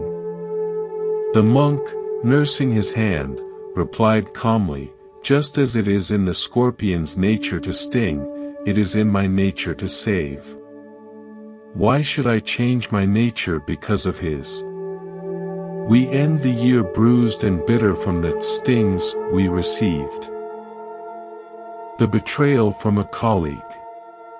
The harsh words from a family member. The rejection from a lover. And we make a secret vow, I will never be so kind/trusting/open again. We decide to change our own compassionate, open nature in response to the predictable nature of others' fear, insecurity, or aggression. This is a profound source of inner conflict and hardening. We armor up, believing it will protect us, but it only isolates us from our own heart. The 17th removal is the expectation that others, or life itself, will operate outside of their nature to spare us pain. The monk's wisdom is radical self-definition. He doesn't expect the scorpion to be a butterfly. He doesn't take the sting personally. He understands it is simply what scorpions do when frightened. His commitment is to his own nature, compassion, regardless of the outcome. His peace comes from this alignment with himself, not from controlling the behavior of the world. Your year had its scorpions. People acted out of their own pain, fear, or limited awareness, and it hurt you. The suffering is compounded when you then betray your own nature, when you shut down your kindness because others were cruel, stifle your creativity because it was criticized, or hide your joy because it was mocked. You end up carrying not only their sting, but the heavier burden of self-betrayal. How do you end the year? You forgive the scorpion for being a scorpion. You stop expecting the stream of life to be free of creatures that sting. And, more importantly, you recommit to your own nature. What is it? Is it to be kind? To be curious? To create? To connect? The monk's peace came from knowing his role was to save, not to control whether the saved creature was grateful or not. Your peace comes from knowing your role is to be authentically you, not to control how the world receives you.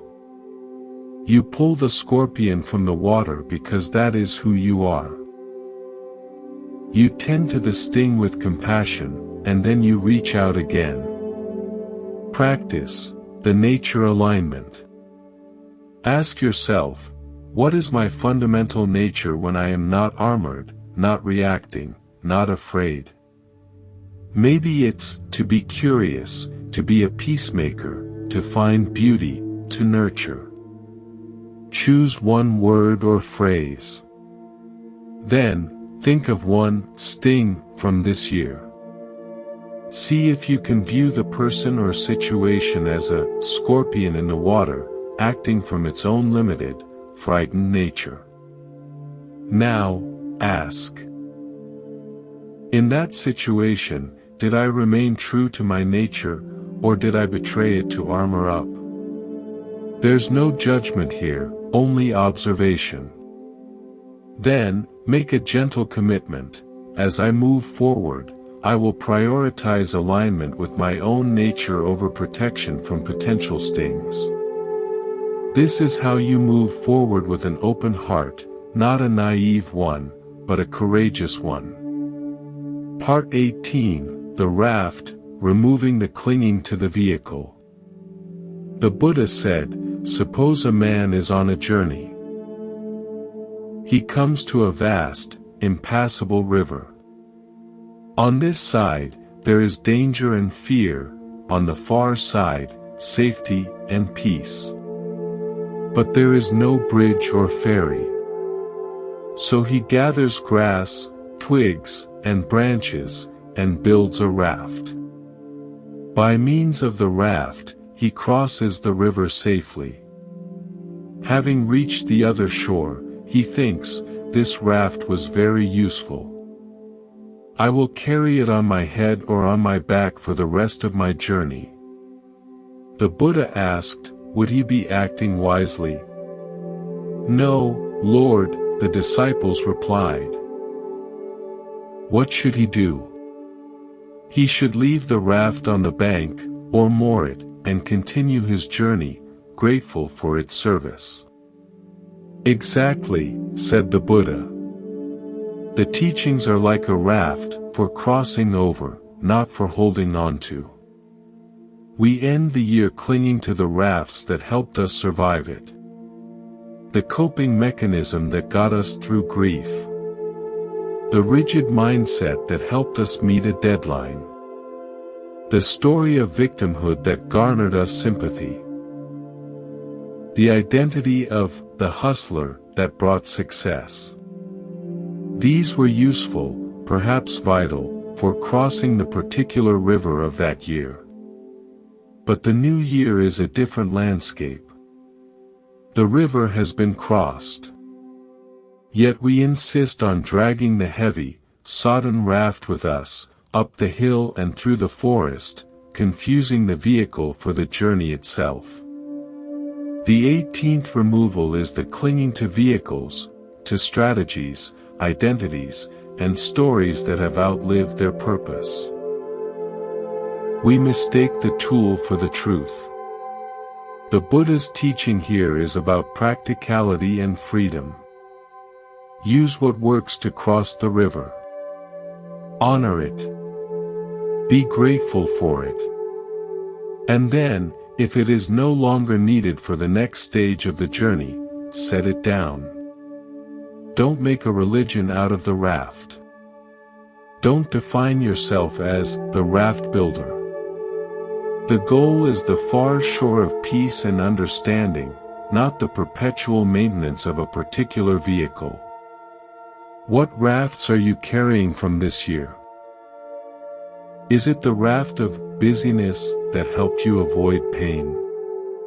The raft of cynicism that protected you from disappointment? The raft of a specific goal that gave you direction? They served you. Thank them. And then, see if they are still needed for the terrain ahead. If not, with gratitude, set them down on the bank. Travel lighter. Be willing to build a new raft, or take a bridge, or swim, when you encounter the next river. Practice the raft inventory. Identify one raft you've been carrying from this year, a mindset, a habit, an identity, a story that helped you cope or succeed. Name it. The raft of perfectionism. The raft of always being the strong one. The raft of my failed entrepreneur story. Acknowledge its service. Say, thank you for helping me cross that river. Then, ask honestly, is this raft still necessary for the journey ahead, or is it now a burden? If it's a burden, visualize yourself carefully setting it down on the riverbank. You are not destroying it. You are simply leaving it where it belongs, with gratitude. Feel the lightness of continuing your journey unencumbered by yesterday's vehicle. Part 19, The Mustard Seed, Removing the Belief in Isolated Suffering. A woman named Kisa Gautami lost her only child. Mad with grief, she carried his little body from house to house, begging for medicine to bring him back to life. People pitied her, but said nothing could be done. Finally, someone directed her to the Buddha. She laid the child at his feet and pleaded, "Great sage, please give me medicine for my son." The Buddha looked at her with infinite compassion. "I can help you," he said. "But first, you must bring me a mustard seed from a household that has never known death." Hopeful, Kisa Gautami went from door to door. At every house, people were willing to give her a mustard seed. But when she asked, "Has this household ever known death?" the answer was always the same. "Yes. We lost a father. Yes. We lost a sister. Yes. We lost a child." As the day wore on, she heard story after story of loss. She stopped asking for the seed. She sat by the roadside, and her personal, isolating grief began to soften, to merge with the universal human experience of loss. She returned to the Buddha, her heart transformed. "Did you find the mustard seed?" he asked. "No, Lord," she said. "I found something else. I found that I am not alone." We end the year holding our private sorrows, our personal failures, our unique anxieties, as if they are singular curses placed upon us alone. This belief in isolated suffering is a prison. It magnifies our pain because we feel uniquely targeted, uniquely flawed, uniquely unfortunate. Our grief becomes a closed loop, a solitary room with no windows. The 19th removal is the belief in isolated suffering. Kisa Gautami's journey reveals the universal truth: every household has known death. Every heart has known loss, fear, disappointment. This is not to minimize your pain, but to contextualize it within the shared human condition. Your suffering is not a sign that your life is broken, it is a sign that you are alive and that you care deeply. When you believe your pain is unique, you shrink away from others, ashamed. When you recognize it as part of the universal fabric, you can open to connection, to compassion, both for yourself and for others. Your failure joins the river of all human striving and falling short. Your grief joins the ocean of all human love and loss. This doesn't erase the pain, but it alchemizes it from a personal poison into a shared humanity. How do you end the year? You look for the mustard seed. You step out of the solitary room of your personal story and you listen. You hear the stories of others. You realize your boss's sharpness might spring from her own fear. Your friend's distance might come from his own grief. The world is not targeting you, it is a vast, messy web of beings doing their best, often hurting from their own unhealed wounds. This realization brings a profound softening. It replaces resentment with curiosity, self-pity with compassion, and isolation with a sense of humble belonging. Practice the mustard seed contemplation. Think of one source of personal shame or sorrow from this year, something you felt uniquely bad about. Now, contemplate, I am not the first person to experience this. I am not alone. Imagine a line stretching back through time and across the world of all the people who have felt something similar. Don't get lost in the details of their stories, just feel the solidarity of shared experience. Whisper to yourself, this is part of being human. My heart is tender because it is capable of love and care. Feel the prison walls of isolation begin to dissolve. You are not a singular error in the universe. You are a vulnerable, beautiful part of the whole. Part 20, the finger pointing at the moon, removing the confusion of pointer and pointed. A master pointed at the moon and said to his disciple, look at the beauty of the moon. The disciple stared intently at the master's pointing finger. We spend the year, and our lives, staring at the finger. The finger is the method, the doctrine, the self-help book, the guru's words, the 10-step plan, the therapy modality, the ritual. We obsess over getting the finger perfectly shaped, perfectly clean, pointing in exactly the right direction. We argue about which finger is best. And we completely miss the moon, the direct experience of peace, love, joy, and presence that all these things are meant to point us toward. The 20th removal is the confusion of the pointer for the pointed. We get lost in the how and forget the what. We make a fetish of the practice and miss the point of the practice. The teachings, the stories, even this very script, they are all fingers.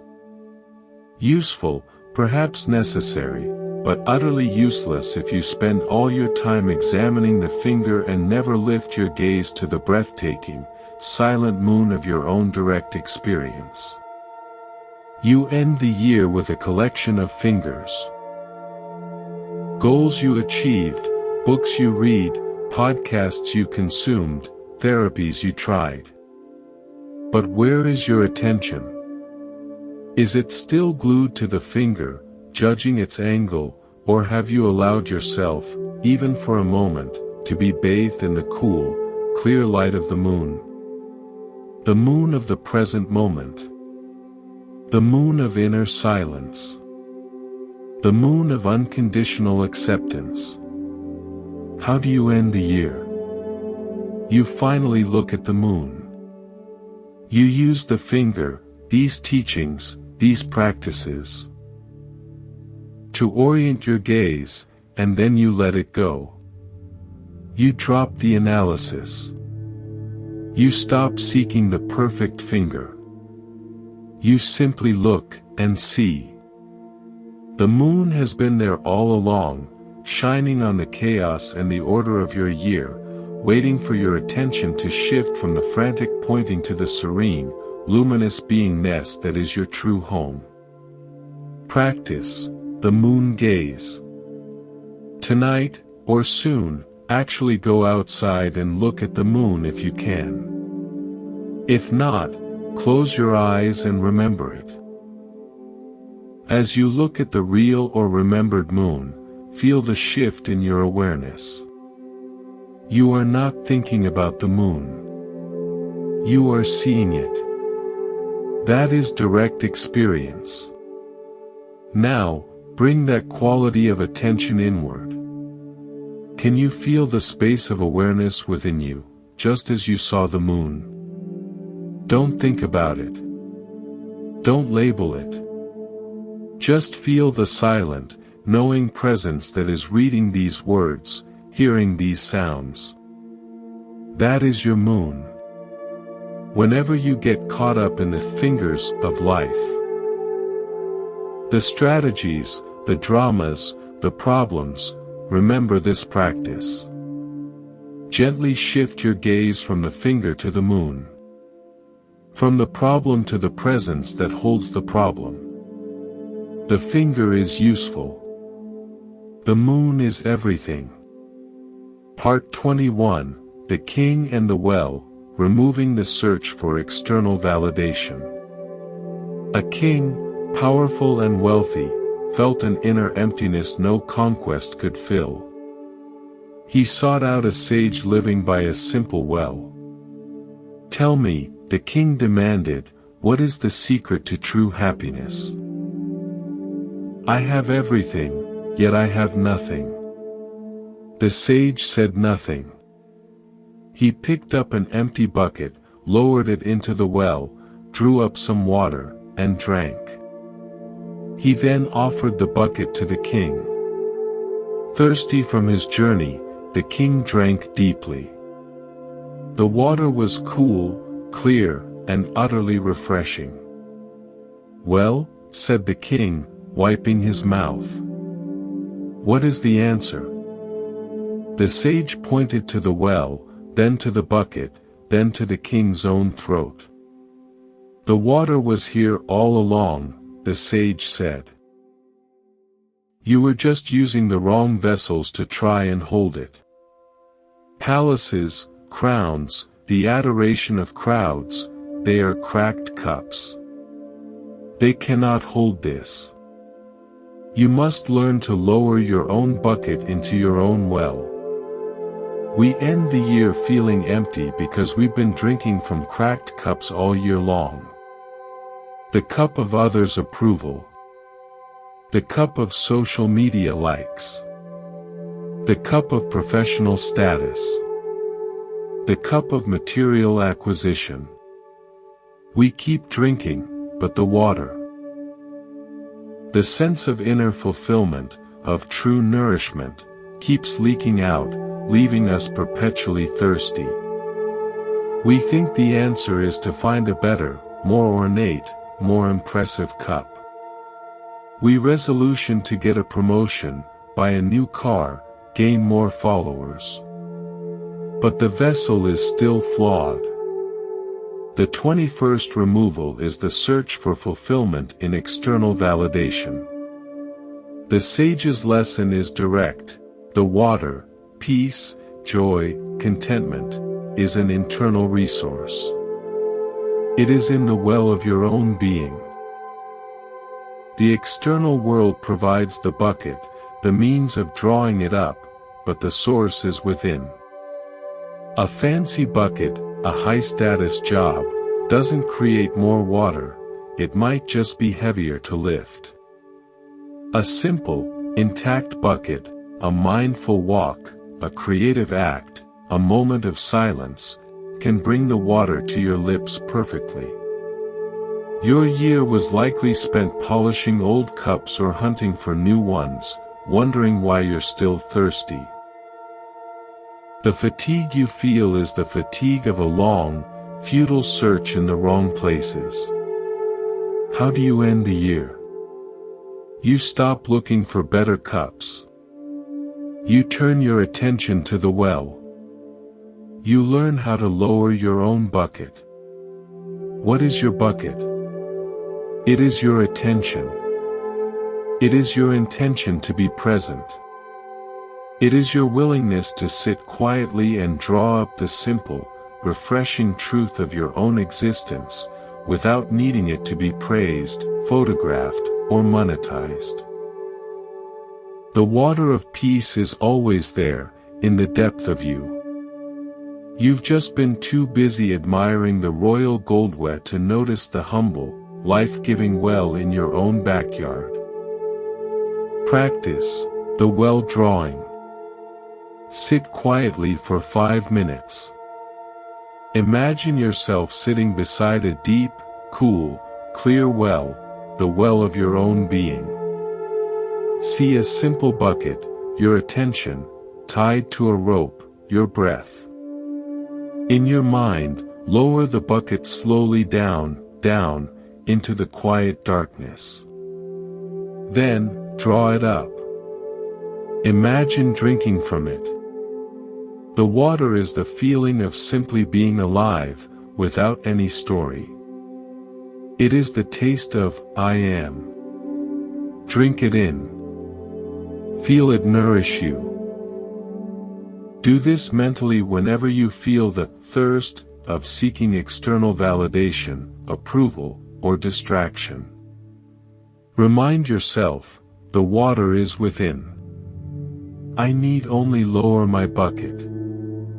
Part 22, The Man Who Wanted Enlightenment, Removing the Goal-Oriented Striving. A man desperately wanted to attain enlightenment. He sought out a master and begged, "Please, teach me how to achieve enlightenment. I will do anything." The master said, "Are you hungry? Let's eat." Puzzled, the man ate with the master. After the meal, the master said, "Now, wash your bowl." The man washed his bowl carefully. "Now," he said, "teach me about enlightenment." The master looked at the clean, empty bowl, then at the man. "What more do you want?" he asked. "You have eaten. Your bowl is clean. What else is there?" We approach the new year as the man approached the master, with a goal. I want to achieve peace. I want to find happiness. I want to be successful. We see these as destinations, as future states we must strive toward. This very striving, this leaning into the future, is what keeps us from the peace that is available only in the present. We treat the present moment as an inconvenient obstacle on the road to our goal, rather than the only place where the goal could ever be realized. The 22nd removal is goal-oriented striving for spiritual or emotional states. The Master's teaching is devastatingly simple. Enlightenment is not a special state you achieve after washing 1,000 bowls. It is the full, undivided experience of eating when you are eating, and washing the bowl when you are washing the bowl.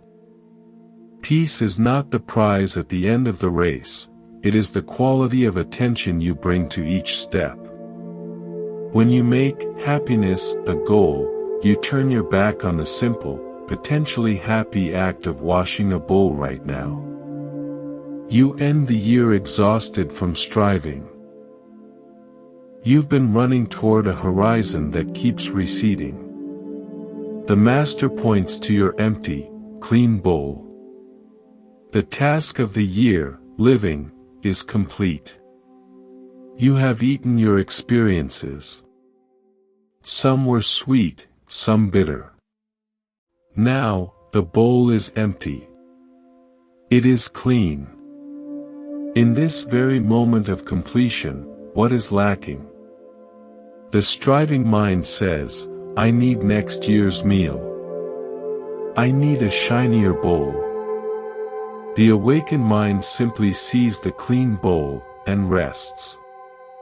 How do you end the year? You stop wanting enlightenment, peace, or a fresh start. You simply attend to what is right in front of you. The feeling of your body in the chair. The sound in the room. The next natural breath.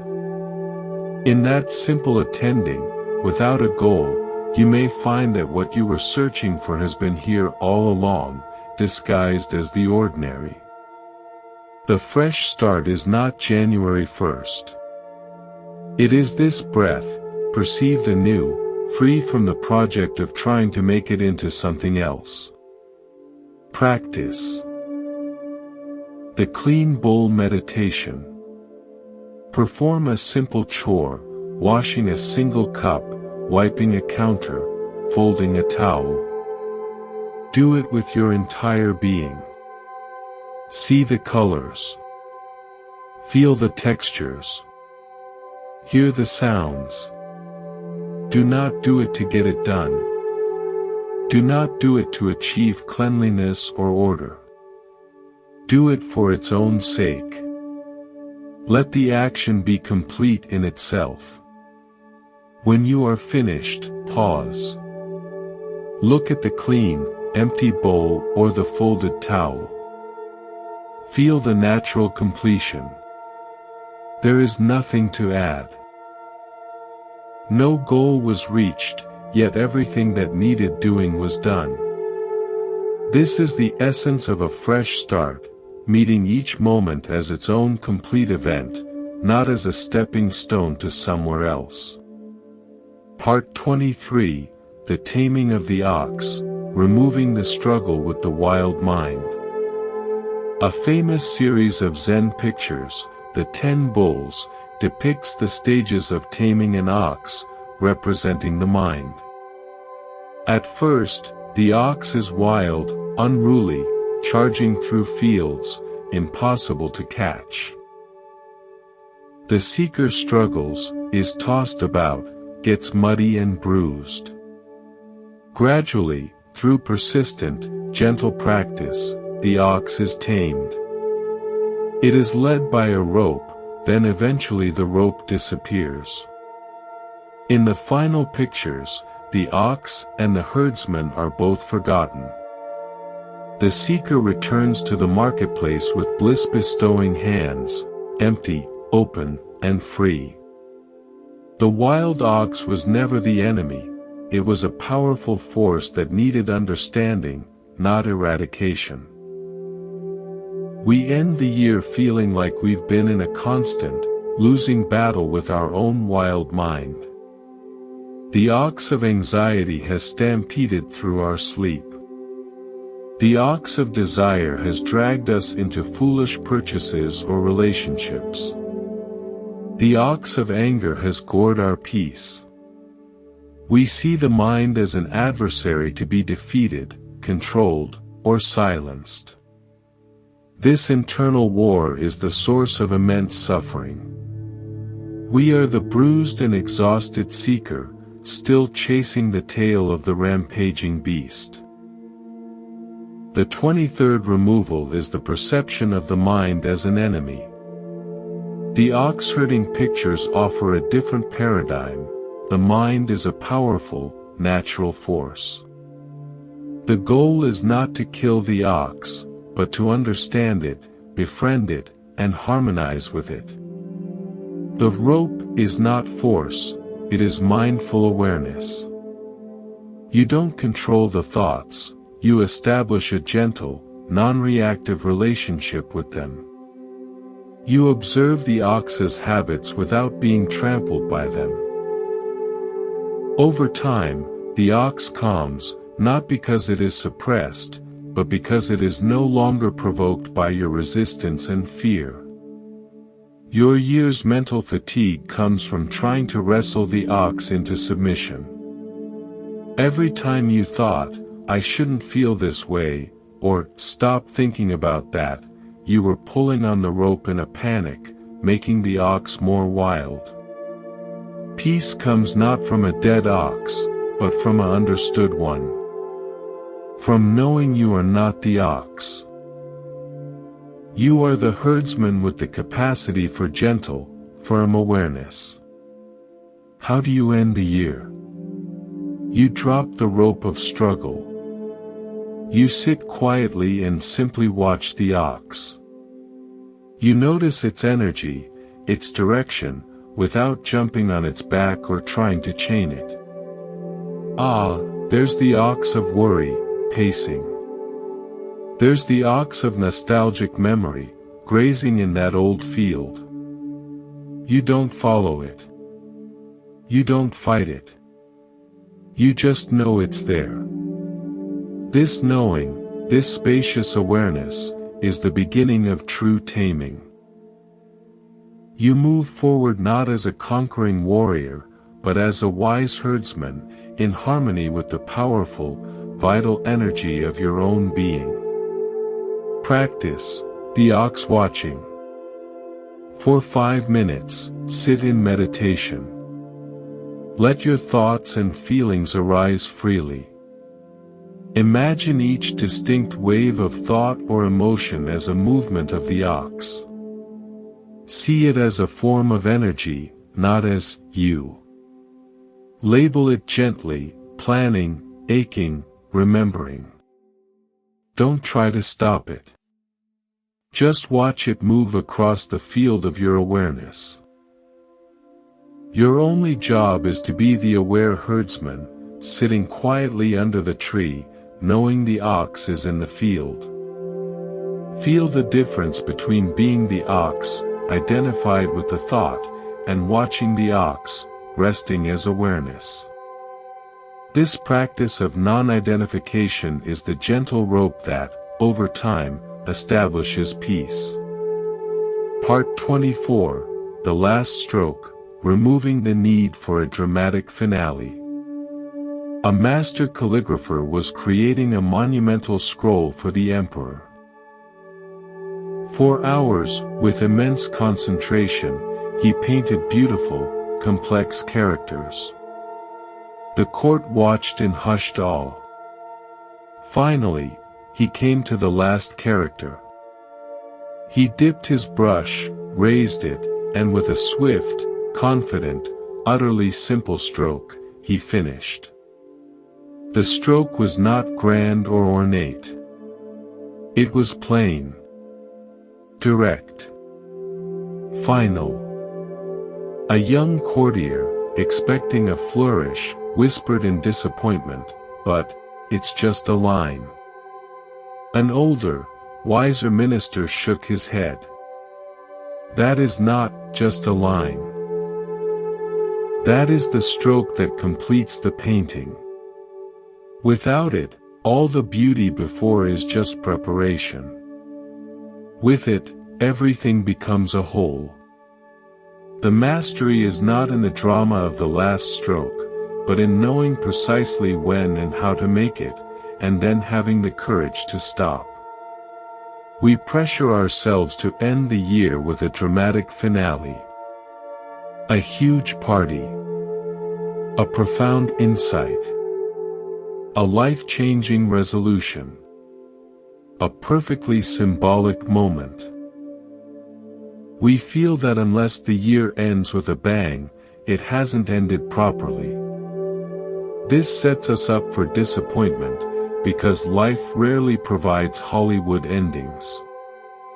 More often, December 31st is just another day, perhaps a little quieter, maybe tinged with melancholy or relief.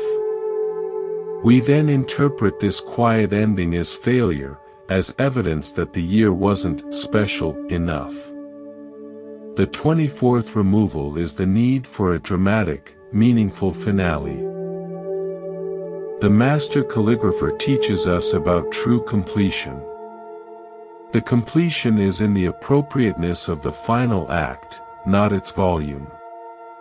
The final stroke was necessary, but it wasn't separate from all the strokes that came before. It relied on them. It allowed them to be a complete work. Your year is the scroll. It has had its complex, beautiful, messy strokes.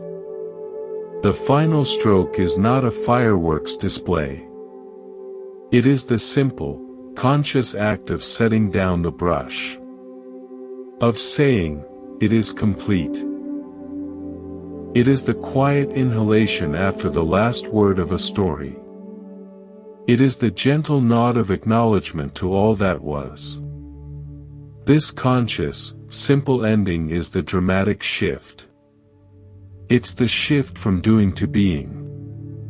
From creating the year to receiving it as a finished work. The drama is internal, in the acceptance. How do you end the year?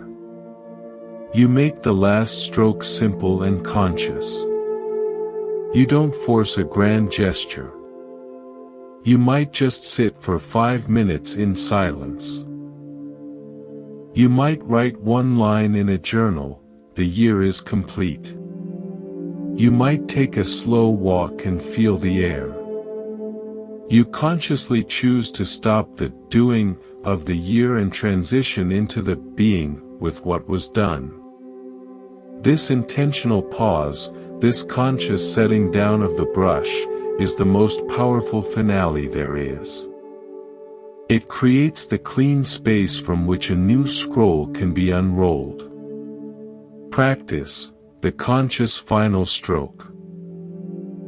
On the evening of the last day of the year, or right now in your mind, perform one simple, deliberate act to symbolize completion. Light a candle and watch it for 3 minutes in silence.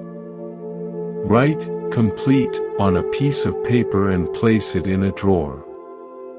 Pour a glass of water and drink it slowly, feeling the year settle. The key is to do it with full awareness that this is your chosen, final stroke.